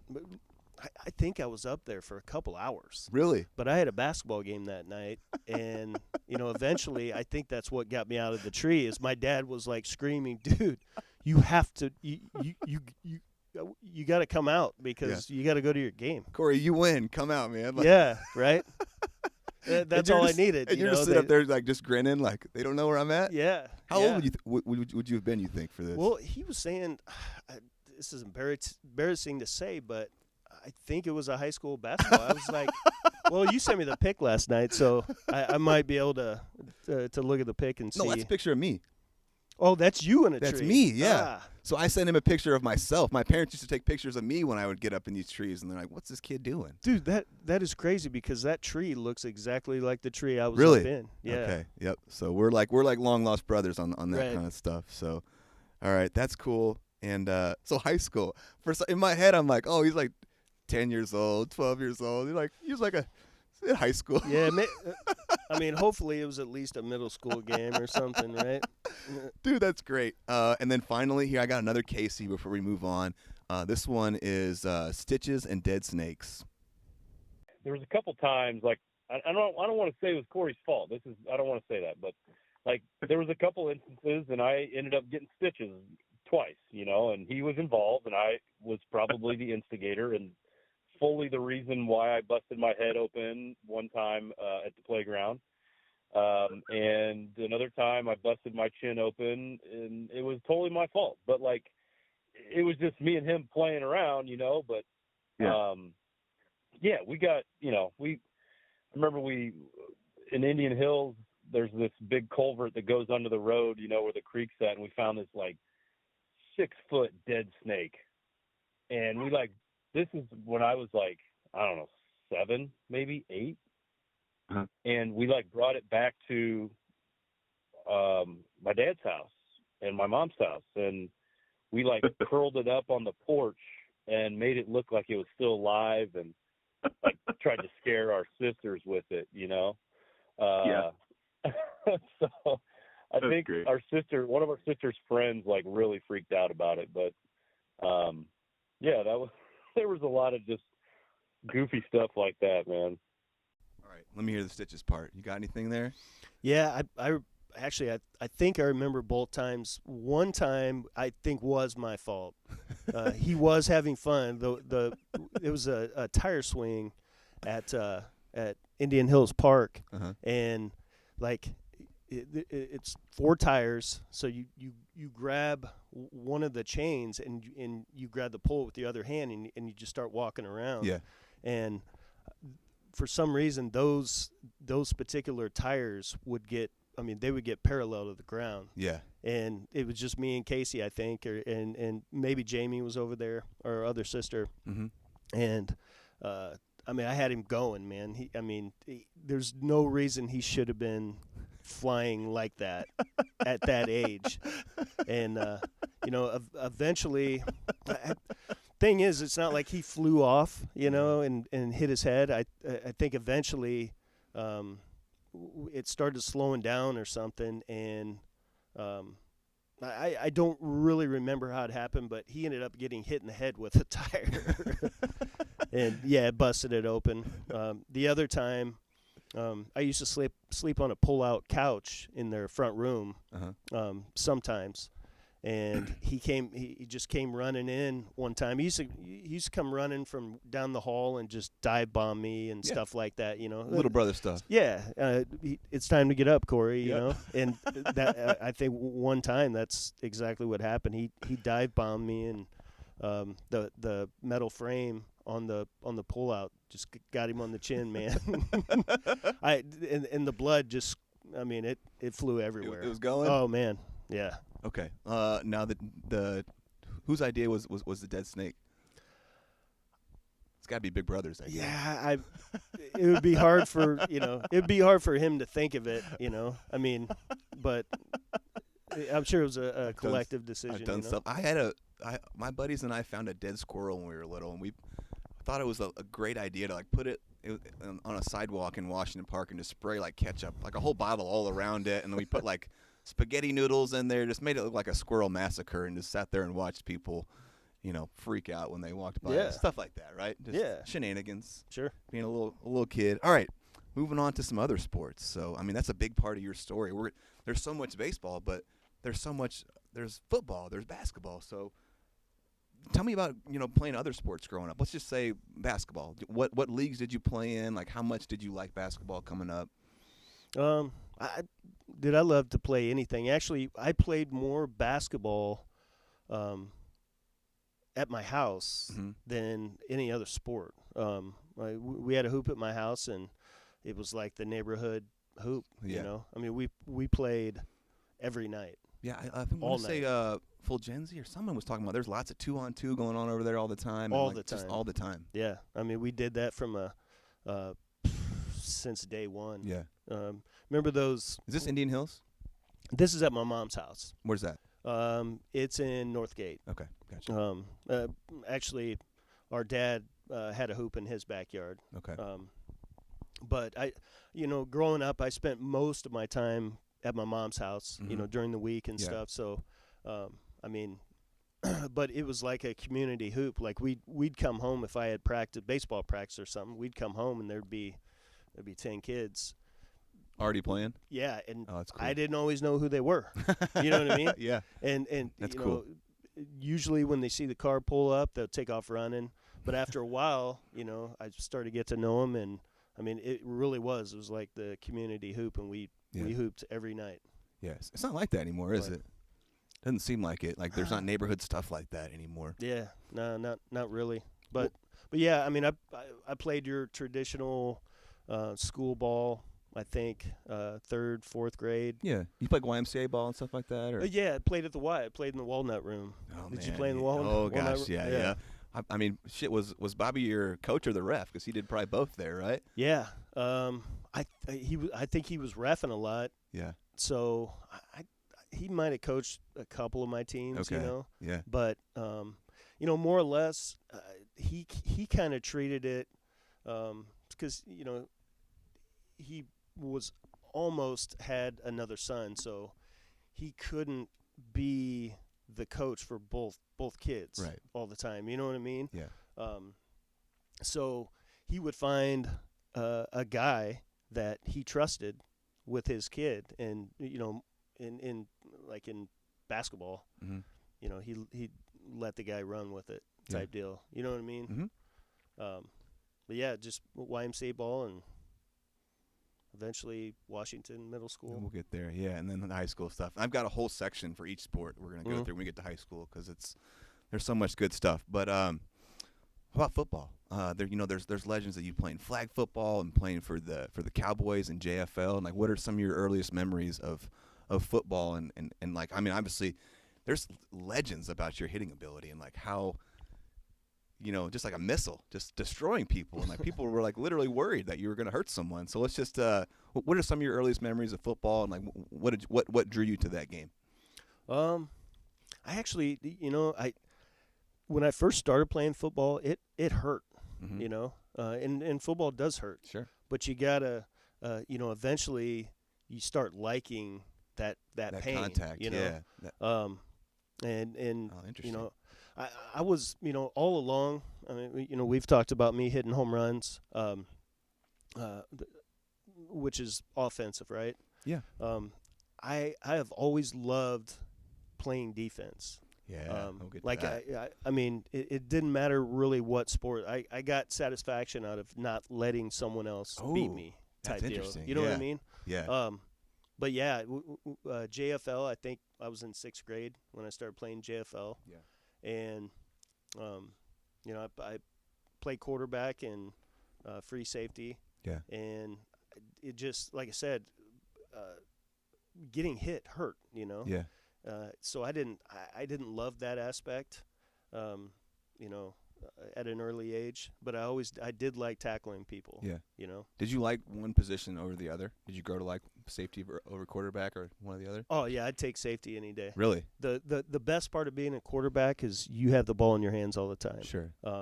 You know, that's fun. Yeah, you but know, also like talking with Easley, you know, and like I actually converted one of your years of high school football that I put out on YouTube. Mm-hmm. But you didn't get to pass a lot in high school. Like it was a lot of option stuff. So yeah, Easley said, looking back, like he was like, Corey said that, like, you know, I wish I would have got to open it up a little bit and, you know, toss it around, but it was a lot of option and runs and stuff like that, right? Yeah. Well, you know, I didn't like I played sports so much that I didn't watch. I honestly I didn't really understand fully how to play football until I was done playing football. You were just doing what the coaches told you to do, essentially? Yeah, pretty much. And you know, we never. I don't think I took a snap from the shotgun my whole life. Really? You know what I mean? Yeah. And you know, there weren't spread offenses back then. No, totally different, you know? right? Yeah. So there wasn't much opportunity there, and it's hard to argue the fact that we were a run team when we had track stars in the backfield. Yeah. You know. Yeah. Tough ones. Now, so. would it have been fun for you to throw it, open it up a little bit? You think that would have been cool? Yeah, sure. I mean. Yeah. Yeah. Okay. I mean, looking back on it now, yeah. It's been like, man, that would have been pretty cool. I mean, it's like you just talked about opening the offenses up. I think Coach Oakes talked about, you know, you might have not thrown for more than 500 or 600 yards in the whole season, and now like sometimes you'll hear about a big game from a CS8 quarterback that throws for 500 yards in a dang game. Yeah, you know, no I doubt. think, you know, Colton Knadler's out there throwing for big numbers, slinging right? it. Yeah. Absolutely slinging it, yeah. So, yeah, I'm sure that would have been cool for you to open it up a little bit and use that arm some. So you played for the Cowboys, right? Yeah. Cowboys and then flag football as well. Yeah, but actually, my dad, he did coach, I think, my first flag football team. Would that have been that Boys and Girls Club? Yeah. Yeah, I did some of that too, man. Those are some good memories. Yep. Good old Boys and Girls Club, man. That'll toughen you up out there. Sure. Moving on to, I guess before we get to some high school stuff, I would love to hear about this Paducah Storm experience for you. So that would have been getting picked up by them? Yeah. Multiple times? One time. One time. Yeah, one time when I was 14. 14. They came in the year before. This is Sandy Koufax in the Fairview League, right? Uh-huh. When we were 13, they came in. It was almost like the beginning of travel teams. Exactly. Right? Yeah. So they would come in and just clean house in our state tournament, so they could qualify. They were a travel team, essentially, right? A collection of really they were good players, not just a rec league team. Yeah. They actually had a kid named Chris Haas, who he was a first-round draft pick by the Cardinals. Okay. In '95, the same year. He was our stud. I say it really wasn't my team, but they actually, like I was saying, when we were 13, they came in and cleaned house. Yeah.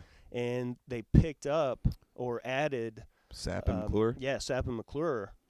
And in the state tournament, I think from the way it used to work, your league, the Fairview League, 3 teams would make the state tournament, and you could grab, I think, 3 players from the rest of the league. Yeah. Each team could grab 3 players, and then whoever wins state could grab a player from the state tournament to take with them. Yeah. And I was lucky enough. We got waxed by them. I think they right. I don't know if they beat us 10-run rule, but they beat us in the championship, and I was lucky enough to get taken with them. Yeah. So we went to Kansas City and rolled through that one. It was weird. It was actually the first time that I played on a team and didn't start. Not starting. Yeah. Corey Erickson not starting. Well, and I shouldn't say the first time, but the first significant time that I just remember sitting on the bench thinking, "Damn, this sucks." Yeah, I don't want to do this. Yeah, I why'd you pick me up? Right. What's the point of this? If you ain't gonna play me. Yeah. But I understand. As you get older, you understand how, the coach's name was Jim Grief. Okay. How he had to slide me in there because if this is a travel team, all these parents are paying. Oh yeah, big money. And here's hotels. This guy that didn't pay all this money, just sliding in. Yeah. Yeah. So. Oh, I get that. So. Yeah. So I came in. I'm a shortstop. Never played third base before. They slide me in at third, and which was different, you know. And got a few hits. We didn't have much trouble in the regional or whatever it was, and then won that and ended up going to Spring, Texas for the World Series. And this is like some magical stuff happening here, right? Yeah. This is when you won the world. You were the MVP of this World Series, and you guys won it all. Yep. Take me through it. Dude. Yeah, won it all. This had to have been a moment for you. Well, I honestly think that tournament was kind of put me on the map. Bingo. You know what I mean? Absolutely. Had to have, right? Yeah.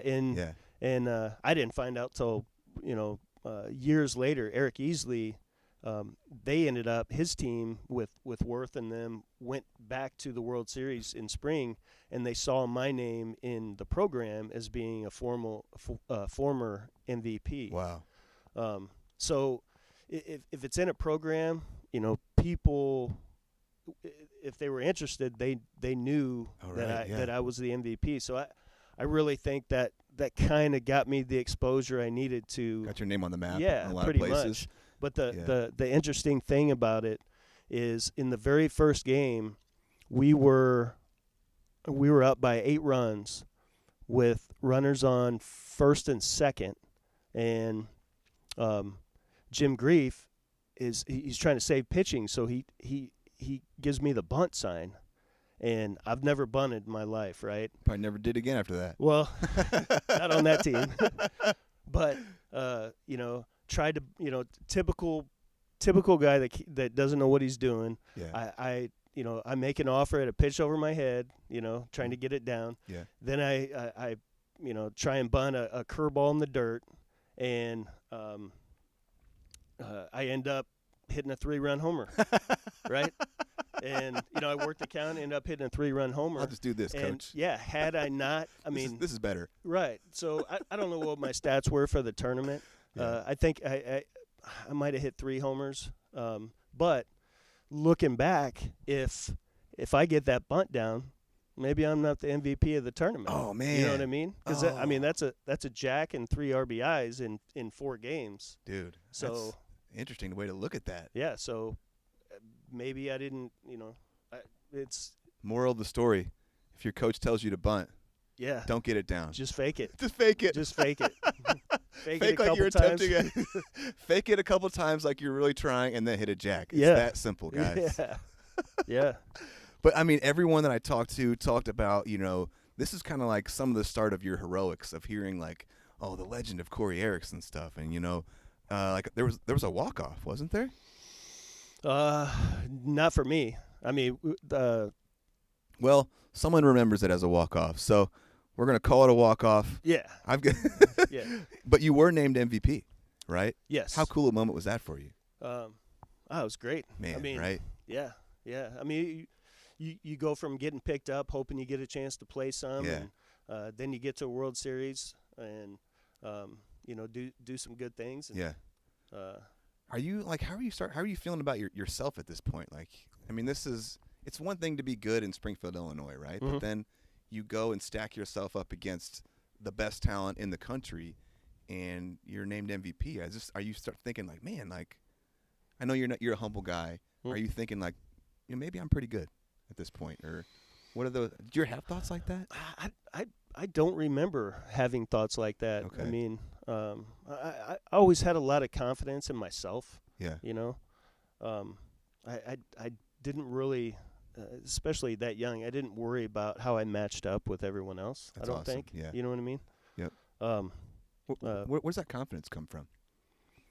Did mom and dad cultivate that, or just in you? Yeah, for sure. Yeah. For sure. You know, there are certain things that people are born with. You know that. Truth. But your family as an influence definitely molded. Yep. I think the ability to climb 50 feet into trees is something you're born with. Sure. I don't think you cultivate that. Yeah. Really. You and I didn't practice that. We just did it. It's like, I'm gonna do it. Yeah. Okay. But I've got a cool clip. This is Fuji, Joel Fulgenzi walk-off home run. Was MVP. So Corey went down, and my parents actually went down and watched him. That followed him all the way to Spring, Texas, for the World Series. Oh, wow. And my dad, used to tell stories about how Corey just got up there and just the ball he hit out of the park was just an absolute bomb. He said nobody down there had ever seen anything like it, and it won the World. It was a walk-off home run for the World Series. Really? I'll talk to him about that. Cool. Yeah, I would say that's got to be a pretty big moment in life. That was pretty cool. But okay, so Fuji remembers it as a walk-off. So in the books, we're gonna leave it as a walk-off. Yeah, we'll take it. Are you cool with that? That's awesome. Yeah, sure. All right, let me. I've got some Sherry Erickson quotes here, and then you can kind of riff off those if you want. Like I said, stop me if you think you want to say something. Okay. So I'm gonna. So I've got 3 pages of Sherry quotes, but I'm gonna say them in sections. So I'm gonna read, like maybe a third of them now, and then a third of them after high school, after pro, because some of them are pertinent to timeline here. So sure. Corey was all boy, a really good boy. He was very, very active, but not trouble. Corey was a people pleaser and liked doing what other people wanted him to do. Do you have any thoughts on that? Yeah, I just, she's exactly right. Yeah. Like, I didn't want to be a problem for anybody. Your dad talked about that you never talked back, where Casey did. Casey would mouth back, but right. He said never once with you. And she said the same thing. You were just, and all your coaches said the same thing. Super coachable, would never talk back. And what's interesting about that, and we've, in our own private conversations, is you were probably overcoached in your pro career, right?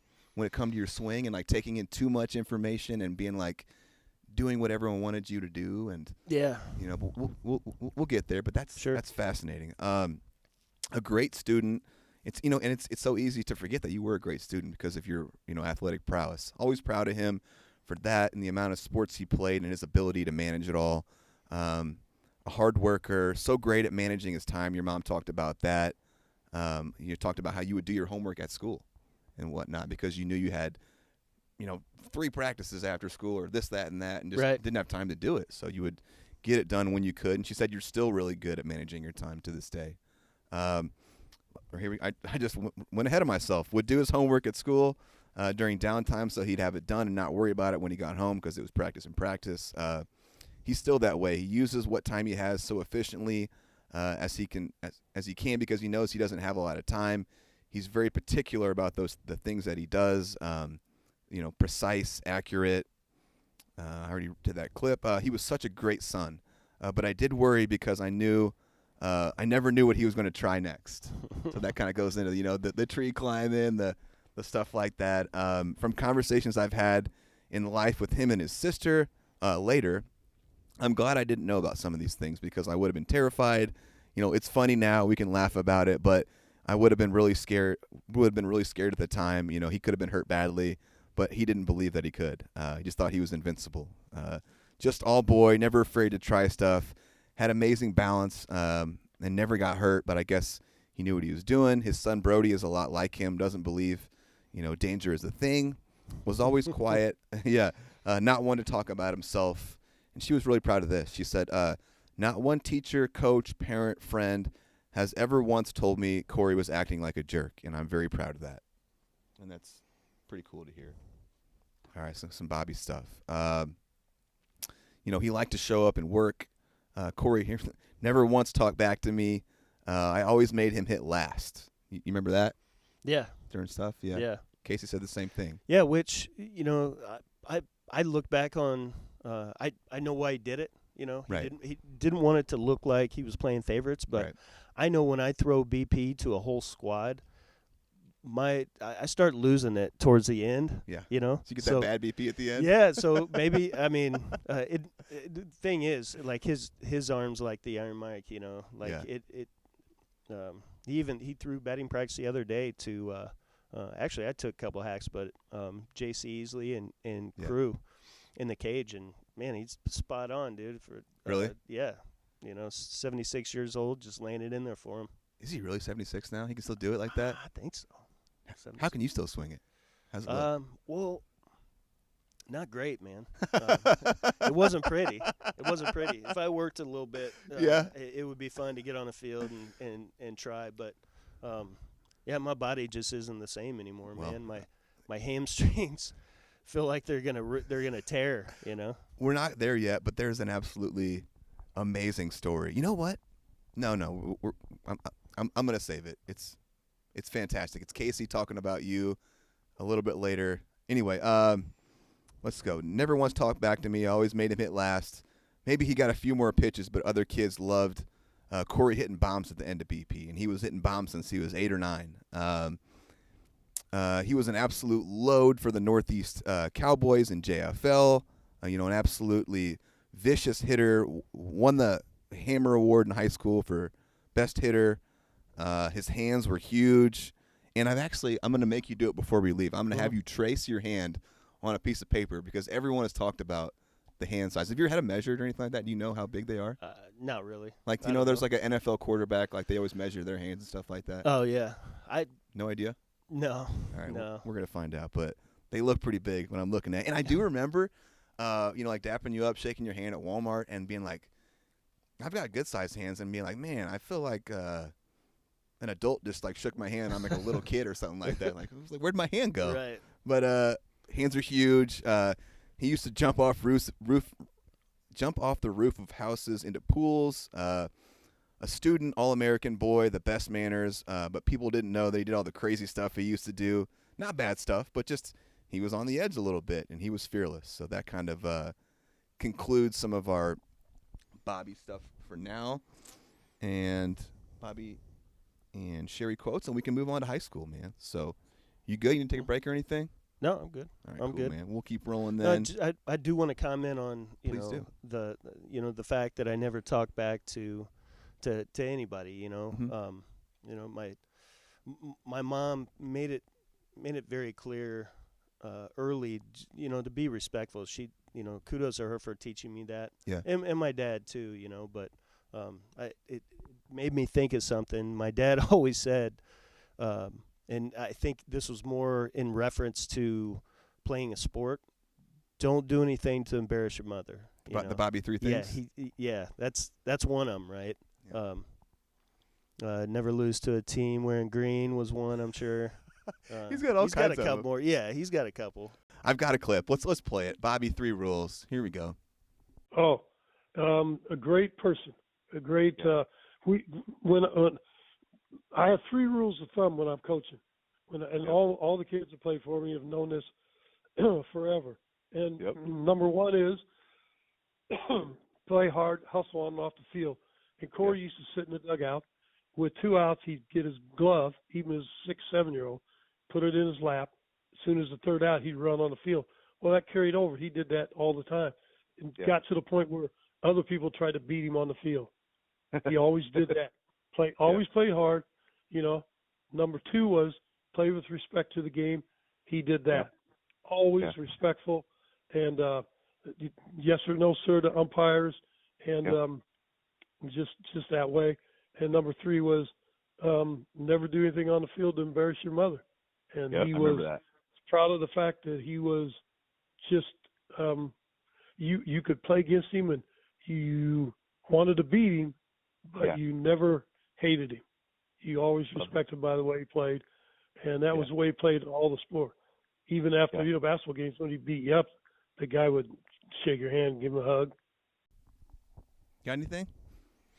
That's about right. Those are the rules. Yep. Yeah, those are the rules. Yeah, and I that's one thing, and you've heard coaches say it forever. One thing you can't control is your hustle. You know what I mean? Absolutely. I mean, and your effort. Yeah. And I don't know if my dad made me run out on the field. Yeah. And then I just continued to do it, or if he challenged me to be the first one every time, or how it all played out. But I did that shit all through pro ball. Yeah. And it was something the last couple years that I was playing. It was one of the things that I realized that I wasn't doing anymore. And it was kind of like, man, maybe you don't care. Like anymore. Your passion is dying. Yeah. Oh man. That's an interesting thing. Yeah. I mean, obviously when I was in pro ball, I wasn't sitting there with 2 outs with my glove on my lap, but that wore off at some point. But I mean, I really did. I was always made sure I knew how many outs there were. When we were in the dugout. Yeah. So when that 3rd out was there, it just something you show, the fans in this case or your coach that you give a shit. I love that. So. Yep. And you gave kudos to your mom for that too. And Bobby also said that you had a great mom as well. I know that they weren't together, but he said that she did an absolutely amazing job with you. So she's getting kudos from a lot of people here. Oh, that's cool. Oh man, moving on to high school, and this is so cool because I just think, we're gonna. This is the start of my campaign. You were already voted into the Hall of Fame, but I do think you're the overall greatest athlete in CSA history. And there's, you can make a case for, there's Jason Wurst who made it further in their respective sport, but Jason was a 2-year starter or 2-sport player.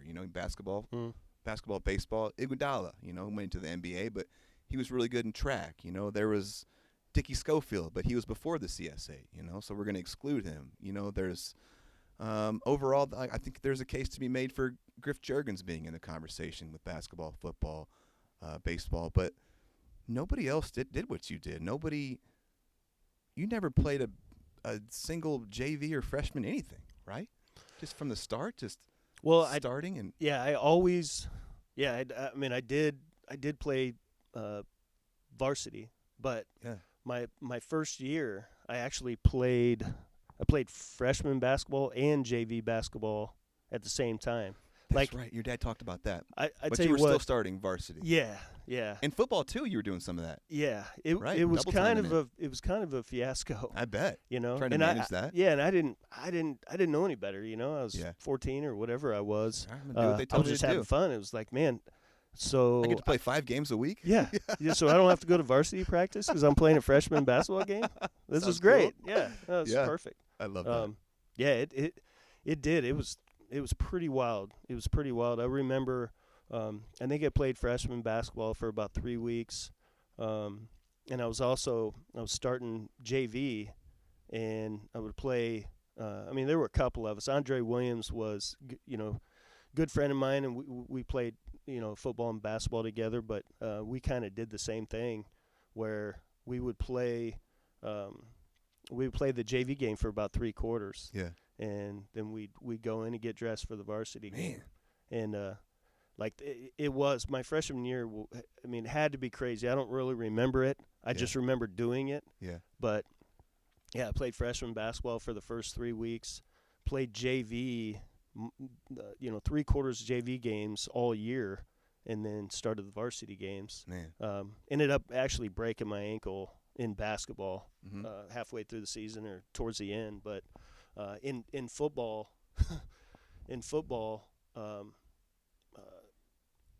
I was the starting safety on the varsity. Yeah, and then eventually you got to be starting quarterback. Yeah. Right? A few games in. Yeah, after about 2 or 3 games in. Yeah. But I was playing free safety, and I was backing up Blake Turner on the JV. Right, until he got hurt. He got hurt in the first series of the first game. Yep. So I ended up playing both ways for 2 or 3 weeks. I was playing both ways on Saturday mornings in the JV game, and then Saturday night starting free safety in the varsity game. Yep.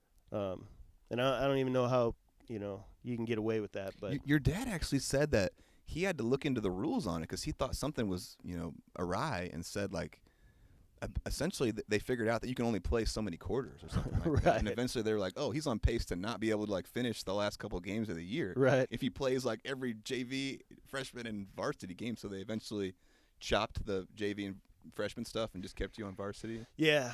I think that sound right?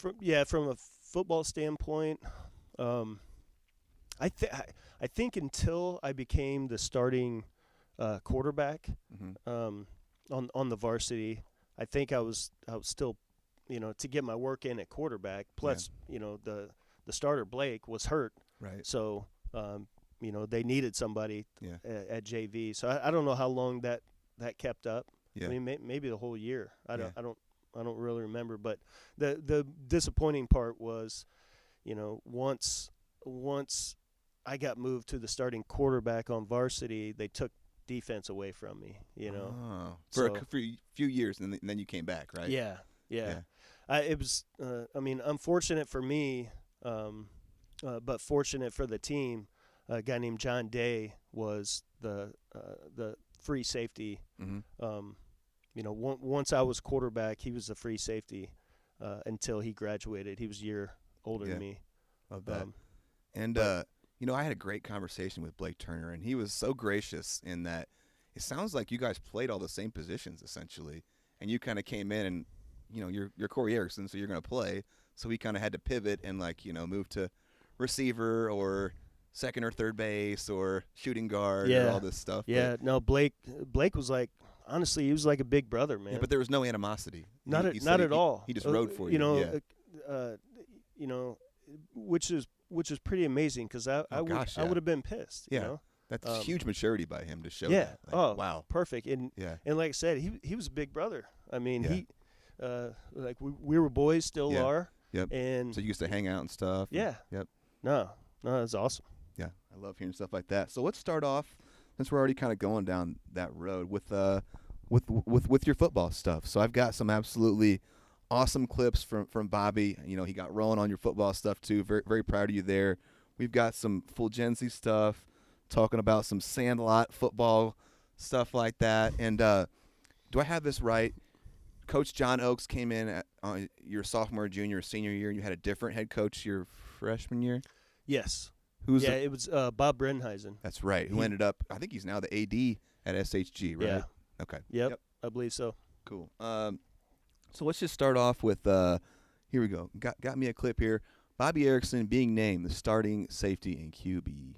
They had a new thing that year where everybody showed up at 6 o'clock in the morning, underclassmen, varsity, everybody, and they worked out. You can't wear pads and stuff for 3 days anyway at that time. Yeah. So they'd go through all their drills starting at 6 o'clock.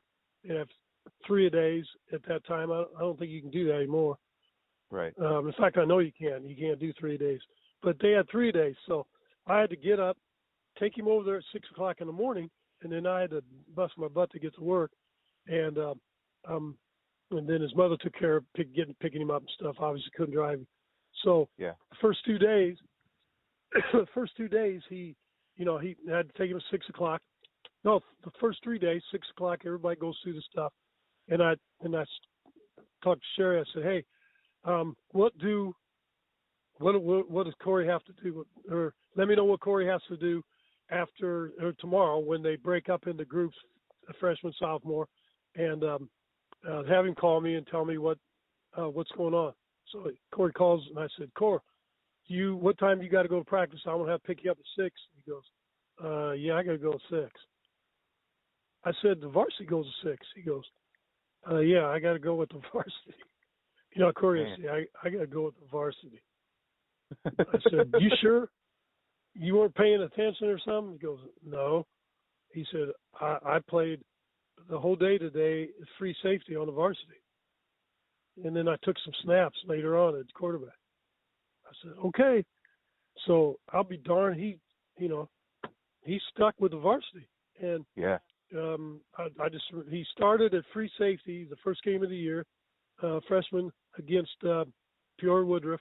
And I remember Jim Wildrick, not then, but later on, a few years later, Jim Wildrick do you remember that name with the Journal Register? Yeah, absolutely. Yeah. Jim looked it up, and he said he did a whole bunch of bookwork and stuff. He said he thinks Corey was the only guy that ever started all 3 major sports from day one. Yeah. There were other guys who started later in the year, like right. There's a bunch of them that later on Mia started a game of football and stuff, but Corey was the only one that started football, basketball, and baseball from day one. Do you take pride in that, being the only guy? Sure. Yeah, I mean, it was cool, man. I think, like I said, it was such a mess. I was playing so many games, and and I was a freshman. I didn't know any better. I thought, this is what it's supposed to be. Yeah. I mean, looking back on it now, I do have a little pride in that. Yeah, absolutely, you should. Although it'll be, it was way more attainable back then. I don't think it'll ever happen again. I don't. Yeah, I just don't see it. Like the coaches demand a lot more out of like the off season for all these sports. You know what I mean? Like, I cheated my football team a little bit because I never went to passing. Baseball. Yeah, I couldn't go to passing camps. What Coach Oak said. Yeah. Yeah, it's probably another reason why we didn't throw that much. Right. Yeah. I mean, if you can't work on it. I had the same issues. I know. I was always, chasing baseball during the summer, so my football coaches would be – I was a quarterback myself, so they would be, frustrated. We're trying to implement offense and teach these concepts, and you're off playing baseball. Right. And, like, I would show up for a 7-on-7 every once in a while, and I know Casey ran into the same issues. Sure. And it's just if baseball is your path, it's tough to to balance it all. 100%. Got another cool one here. Bobby, let's go flying back from Mexico. Here we go. He's in Mexico. Okay. You got to play. You got to practice. You can't miss the first 3 games, the first 3 practices. You have to make one of them. If you miss the first 2, you're eligible. You miss the 3rd one, can't play. So his flight, they got it done. His flight got in at a certain time, and I called Oaksy, and Oaksy says, Bob, I'm going to give you a chance here.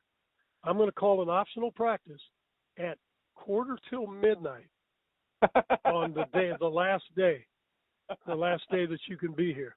1:45 midnight, if you can get him here. Me and my brother picked him up in St. Louis. Picked him up in St. Louis at the airport, flew here. We rolled in about 10 till midnight at Edison. Edison was hooked to Lanphier then, and they did the weight room, and they used the gym to throw passes. We get there, and there's 25 or 30 kids there. And after, so we stuck around, and I waited until Corey threw 4 or 5 minutes of passes, a few things just to do, just to officially be at practice, call it practice. And I would walk out the door, and I'm leaving, and John Oakes walks by me and goes, "Hey, Bobby." He goes, "There's your quarterback." Pretty cool, man. Yeah. No, that is cool. Right, that they set it up for you. I mean, and that your teammates showed up for you like that, right? I mean, that's Man, the amazing thing, powerful. Yeah. That's the amazing thing that so many guys showed up, and I can't think of one kid that I played with in high school that I didn't like. Yeah. You know what I mean? It sounded like you were really well liked, obviously, as well, and respected for people to do something like that. Yeah. I didn't mess with people, Yeah, I can see that. Next one is another Bobby one, and this was now we're going to start talking about your hitting prowess, and I'm excited about this. I think everyone that talked about your high school football stuff said you could have been a D1 safety or D-back had you chosen that route. And Bobby even said that there's another clip coming up here where you told him I'm going to play college football if I go to college. So here we go. Bobby Erickson, Corey killed him. And a kid runs, kid for Woodruff, cuts through the line, makes a cut, cuts the outside, and Corey hit him head on. Didn't even try to tackle him, just blasted him right in the chest and flattened him. I thought, oh my God, that kid's dead. And Sandra goes, they let him hit like that, he's going to get killed. He hit a couple other guys and knocked one of them completely out in the warning track at Memorial Stadium. And then, like I say, he took over at quarterback. Oh, man. You got any thoughts on that? What's fun about free safety is, and none of my coaches really made me start in a certain position, like 12 yards back, 15 yards back. They didn't care. And that's what's so much fun about free safety is, I could be 15, 20 yards deep, 25 yards deep at the start of the play. And as soon as I see that it's not a pass, I just get to run as hard as I can right at the ball. You know what I mean? Yeah. That to me, that is the most fun thing to do. Yeah. Other than hitting homers. Oh, I love that. And your dad was talking about sometimes you weren't really worried about even wrapping them up. You were just like a wrecking ball. I'm just gonna blow this guy up and not worry. Is that? Yeah. Do you have thoughts on that or? Yeah, there was no form tackle in my repertoire. I mean, he's right. I ran at him as hard as I could, and if they were smaller than me, then I would hit them. Hit them high. If they were bigger than me, I'd hit them low. But I mean, going back into your fearless stuff, I'm sure you played against some studs in the CS8 back in the day that were bigger than you. So no fear of this guy's bigger than me. You were just gonna smash him. Pretty much. I mean, on defense, yeah. Yeah. Trust me, I did have some fear when I was younger. I mean, I think the first start I got was against Peoria Manual as a quarterback on varsity. And I got sacked 14 times. Phew. I think I got a couple stitches in my chin. I rushed for negative something 60 yards. Tough game. Yeah. But I mean, I remember thinking, yeah, I am scared. I don't belong. I don't belong out here right now. Yep. And it's funny. I do remember my dad and one of his buddies, Slick, Pat McGuire, were sitting in the stands. Juice? I'm sorry. God, I can't think of his name. Pat's dad or Juice's dad. I can't think of the name either, but we'll go with Dad. Yeah. Well, yeah, Slick. Sure. That was my dad nicknames everybody, okay. So Slick was his name. But I just remember them in the stands. I would look up, a couple times after getting sacked, and they're like, "Stay down, Like they're making the hand motion. Stay down. Just stay down. Yeah, this is a long day. I bet, man. I coming from we didn't have the greatest program at Springfield High, and I got sacked a lot myself. I can feel your pain, man, when your line's kind of porous.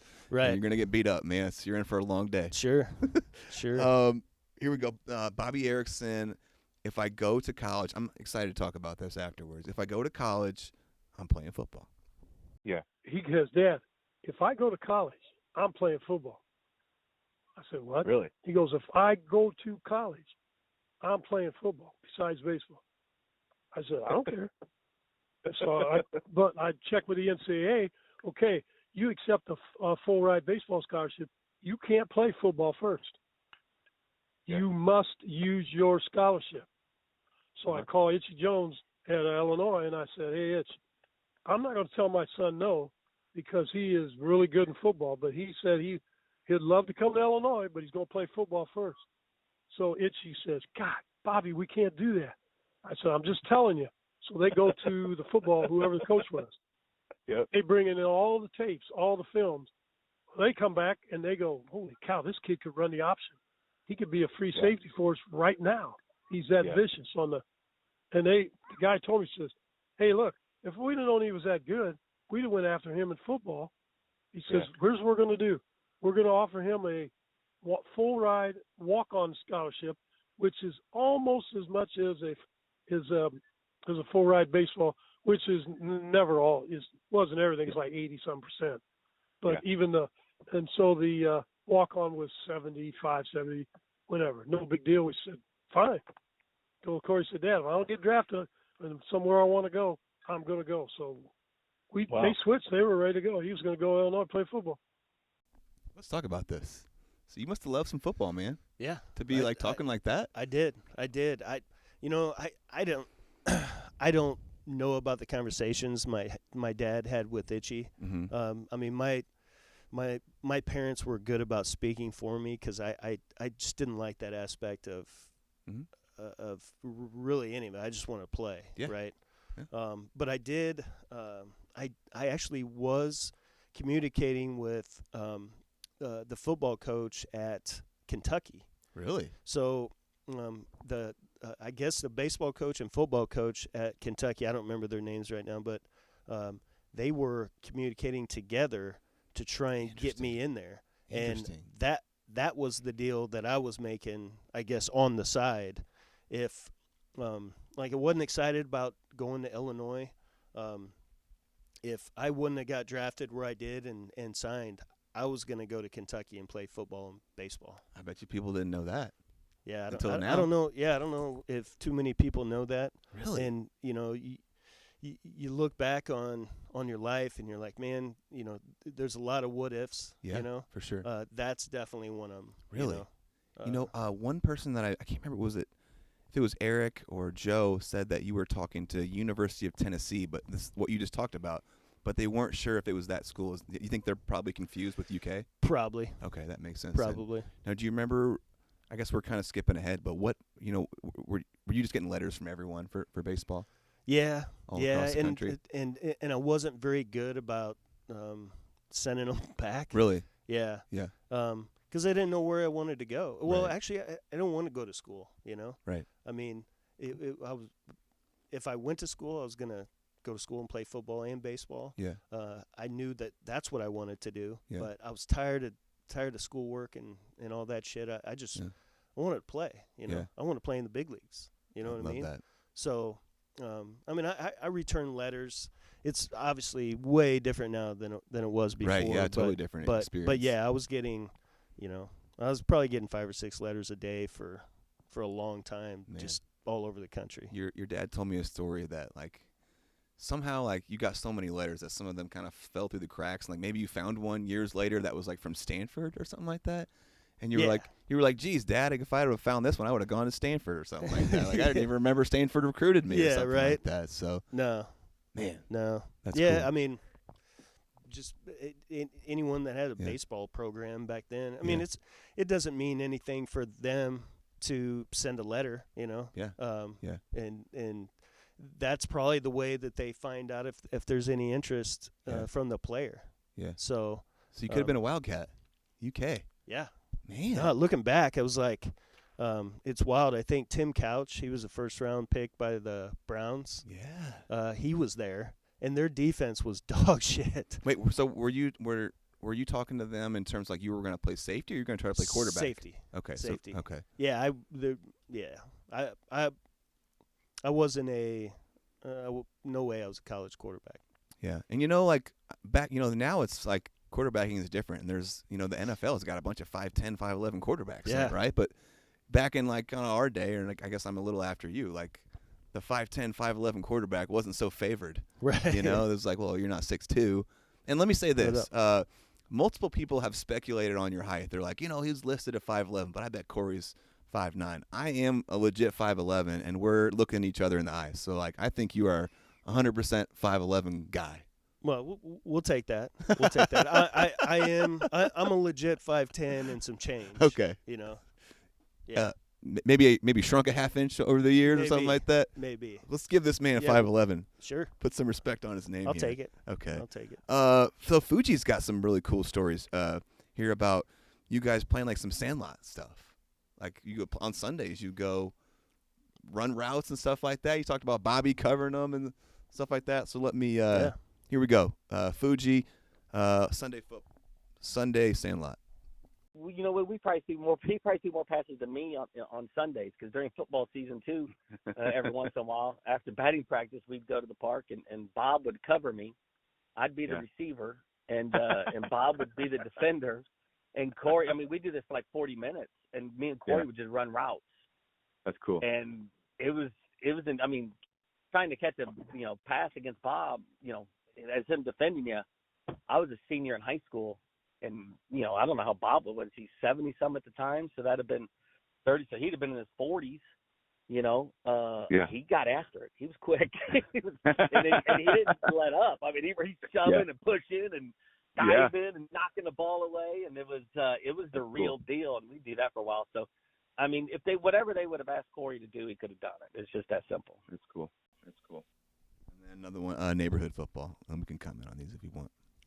There was also a lot of neighborhood football that went on back then. There was nothing for people to meet up. So the toughness and the no fear was something that when you put pads on, it was like, how can I have any fear? I got pads on. I've been playing on concrete for 2 years, at recess. He was fearless. I remember being on kickoff with him one time. I think it was the playoffs against Griffin, but in my senior, his junior year. I don't know if somebody got hurt or something, but he ended up next to me on the kickoff team, because I was always on it, but he was the quarterback, so he never, he would never really be out there that much on that stuff. But I think for some reason he was in there, and we talked, and we'd always talk. Hey, we're gonna do this. He said, I'm gonna go down and cause a fumble, and he did. He tripped up Mike Pilger and caused a fumble in that game. But he was notorious for things like that, to where we would just, we'd be talking, and he'd be, hey, let's do this, and some people would look around and go, is he serious? And we're like, yeah, he's serious. Let's go do it. And they're like, that's impossible. And then, boom, we'd do it, stuff like that. Some of that Corey magic. You got anything on that? I don't know. Joel's got a pretty good memory. He does, man. He was sharp. Yeah. He remembered all the, like, the little fun stuff for you guys. No, that's cool. Other than playing basketball all the time, like I was saying, growing up, we did play a lot of Sandlot football. Yeah. And not two-hand touch. Like there were some big games on Sundays after, we beat up on Chatham or something. I can't imagine that. On Friday night or Saturday, and then we'd all 15 players from our high school varsity team would go out at Guido Park and play on the soccer field. Yeah, and I mean, I got my face blown up a couple times doing that. Coach John Oakes has some thoughts on that. So here we go. Coach John Oakes, Leatherhead Sandlot football. Story on that is we found out that he was playing some Sandlot football on Sundays, where they were knocking heads without any pads on and stuff with some of the guys. And I had to talk to him about not doing contact on the off days. We didn't want to lose him to an injury playing sandlot football with a bunch of his friends on Sundays. But he loved the contact, and we kind of held him away from that the first couple of years because we were, trying to keep him healthy on the offensive side of the ball. He was too big an important part for us. Didn't want to risk losing him, and we had some other good free safeties at that time too. So we used him mainly offensively, although certainly he could have started all 4 years as a defensive back too. But by his senior year, we were using him down in, down out as both quarterback and a free safety, and he'd light you up.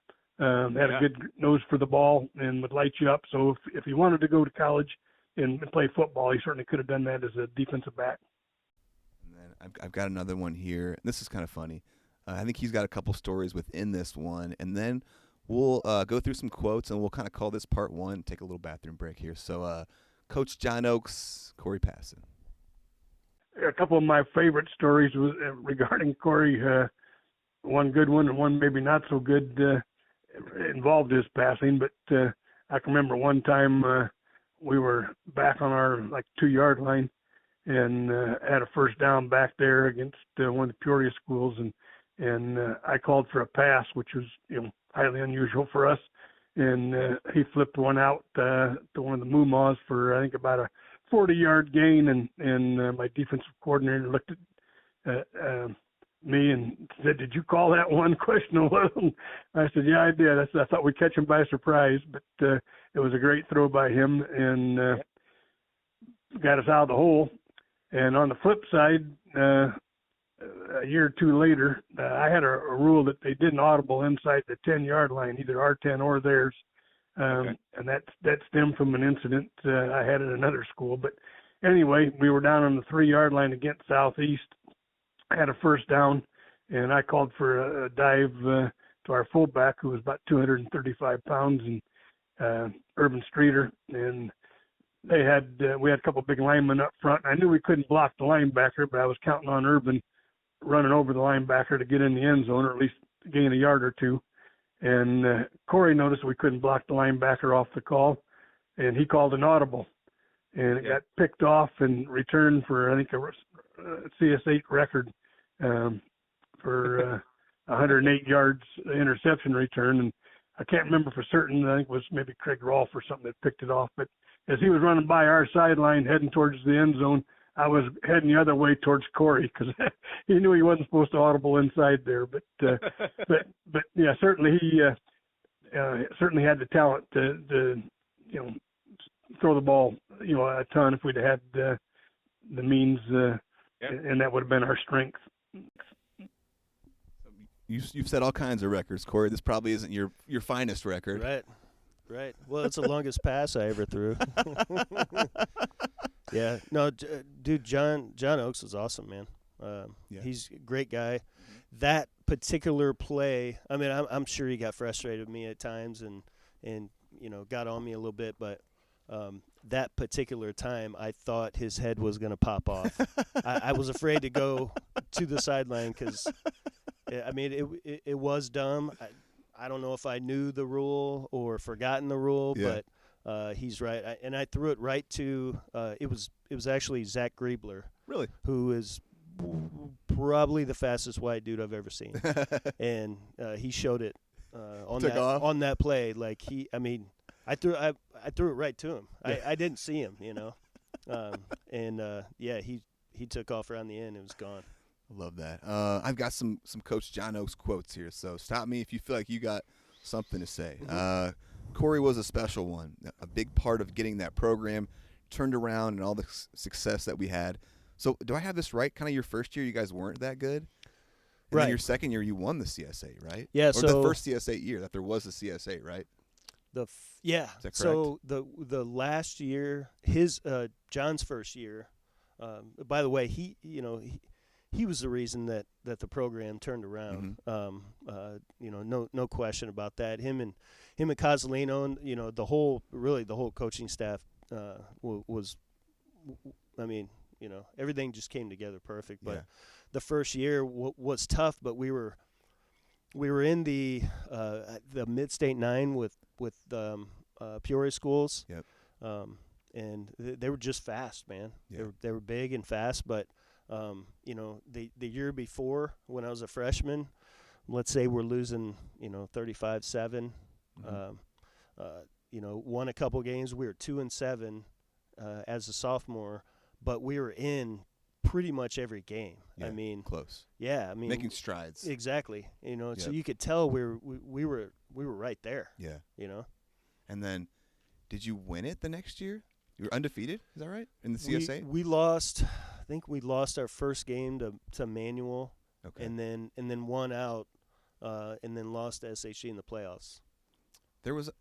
Did you guys beat SHG? I thought.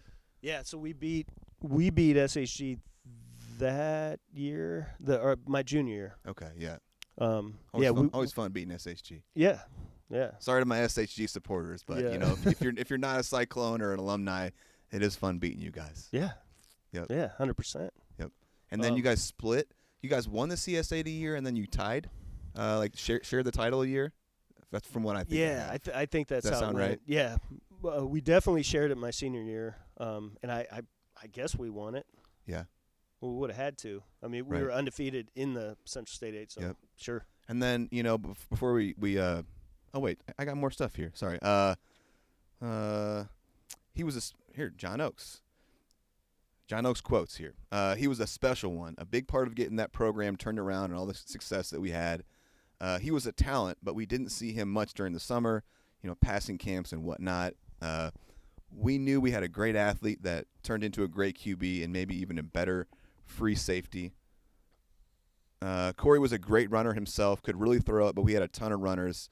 We mainly ran the ball. Really excited knocking off Griffin and going undefeated in conference play one year. A big part of that was Corey. Had a great arm, but our talents were running, so we were a running team. Could have gone to a D1 school as a free safety. He was a headhunter, loved contact, not afraid of anyone. Colleges came sniffing around, but everyone knew he was going to play baseball, so nothing came of that. To me, when you put all the sports together, he is the greatest overall CSA athlete of all time. I can't think of anyone else that would match him or his overall talent. I second that. I keep saying it. Quality young man, a great leader, never slacked, always led the team in sprints, hustling, and had quiet leadership. I think this is a good place for us to kind of pause. Are you cool with that? Yeah. Take a little break here. Sure. All right, we're going to call this part 1, and then we will be back shortly. Cool. All right, we're going to call this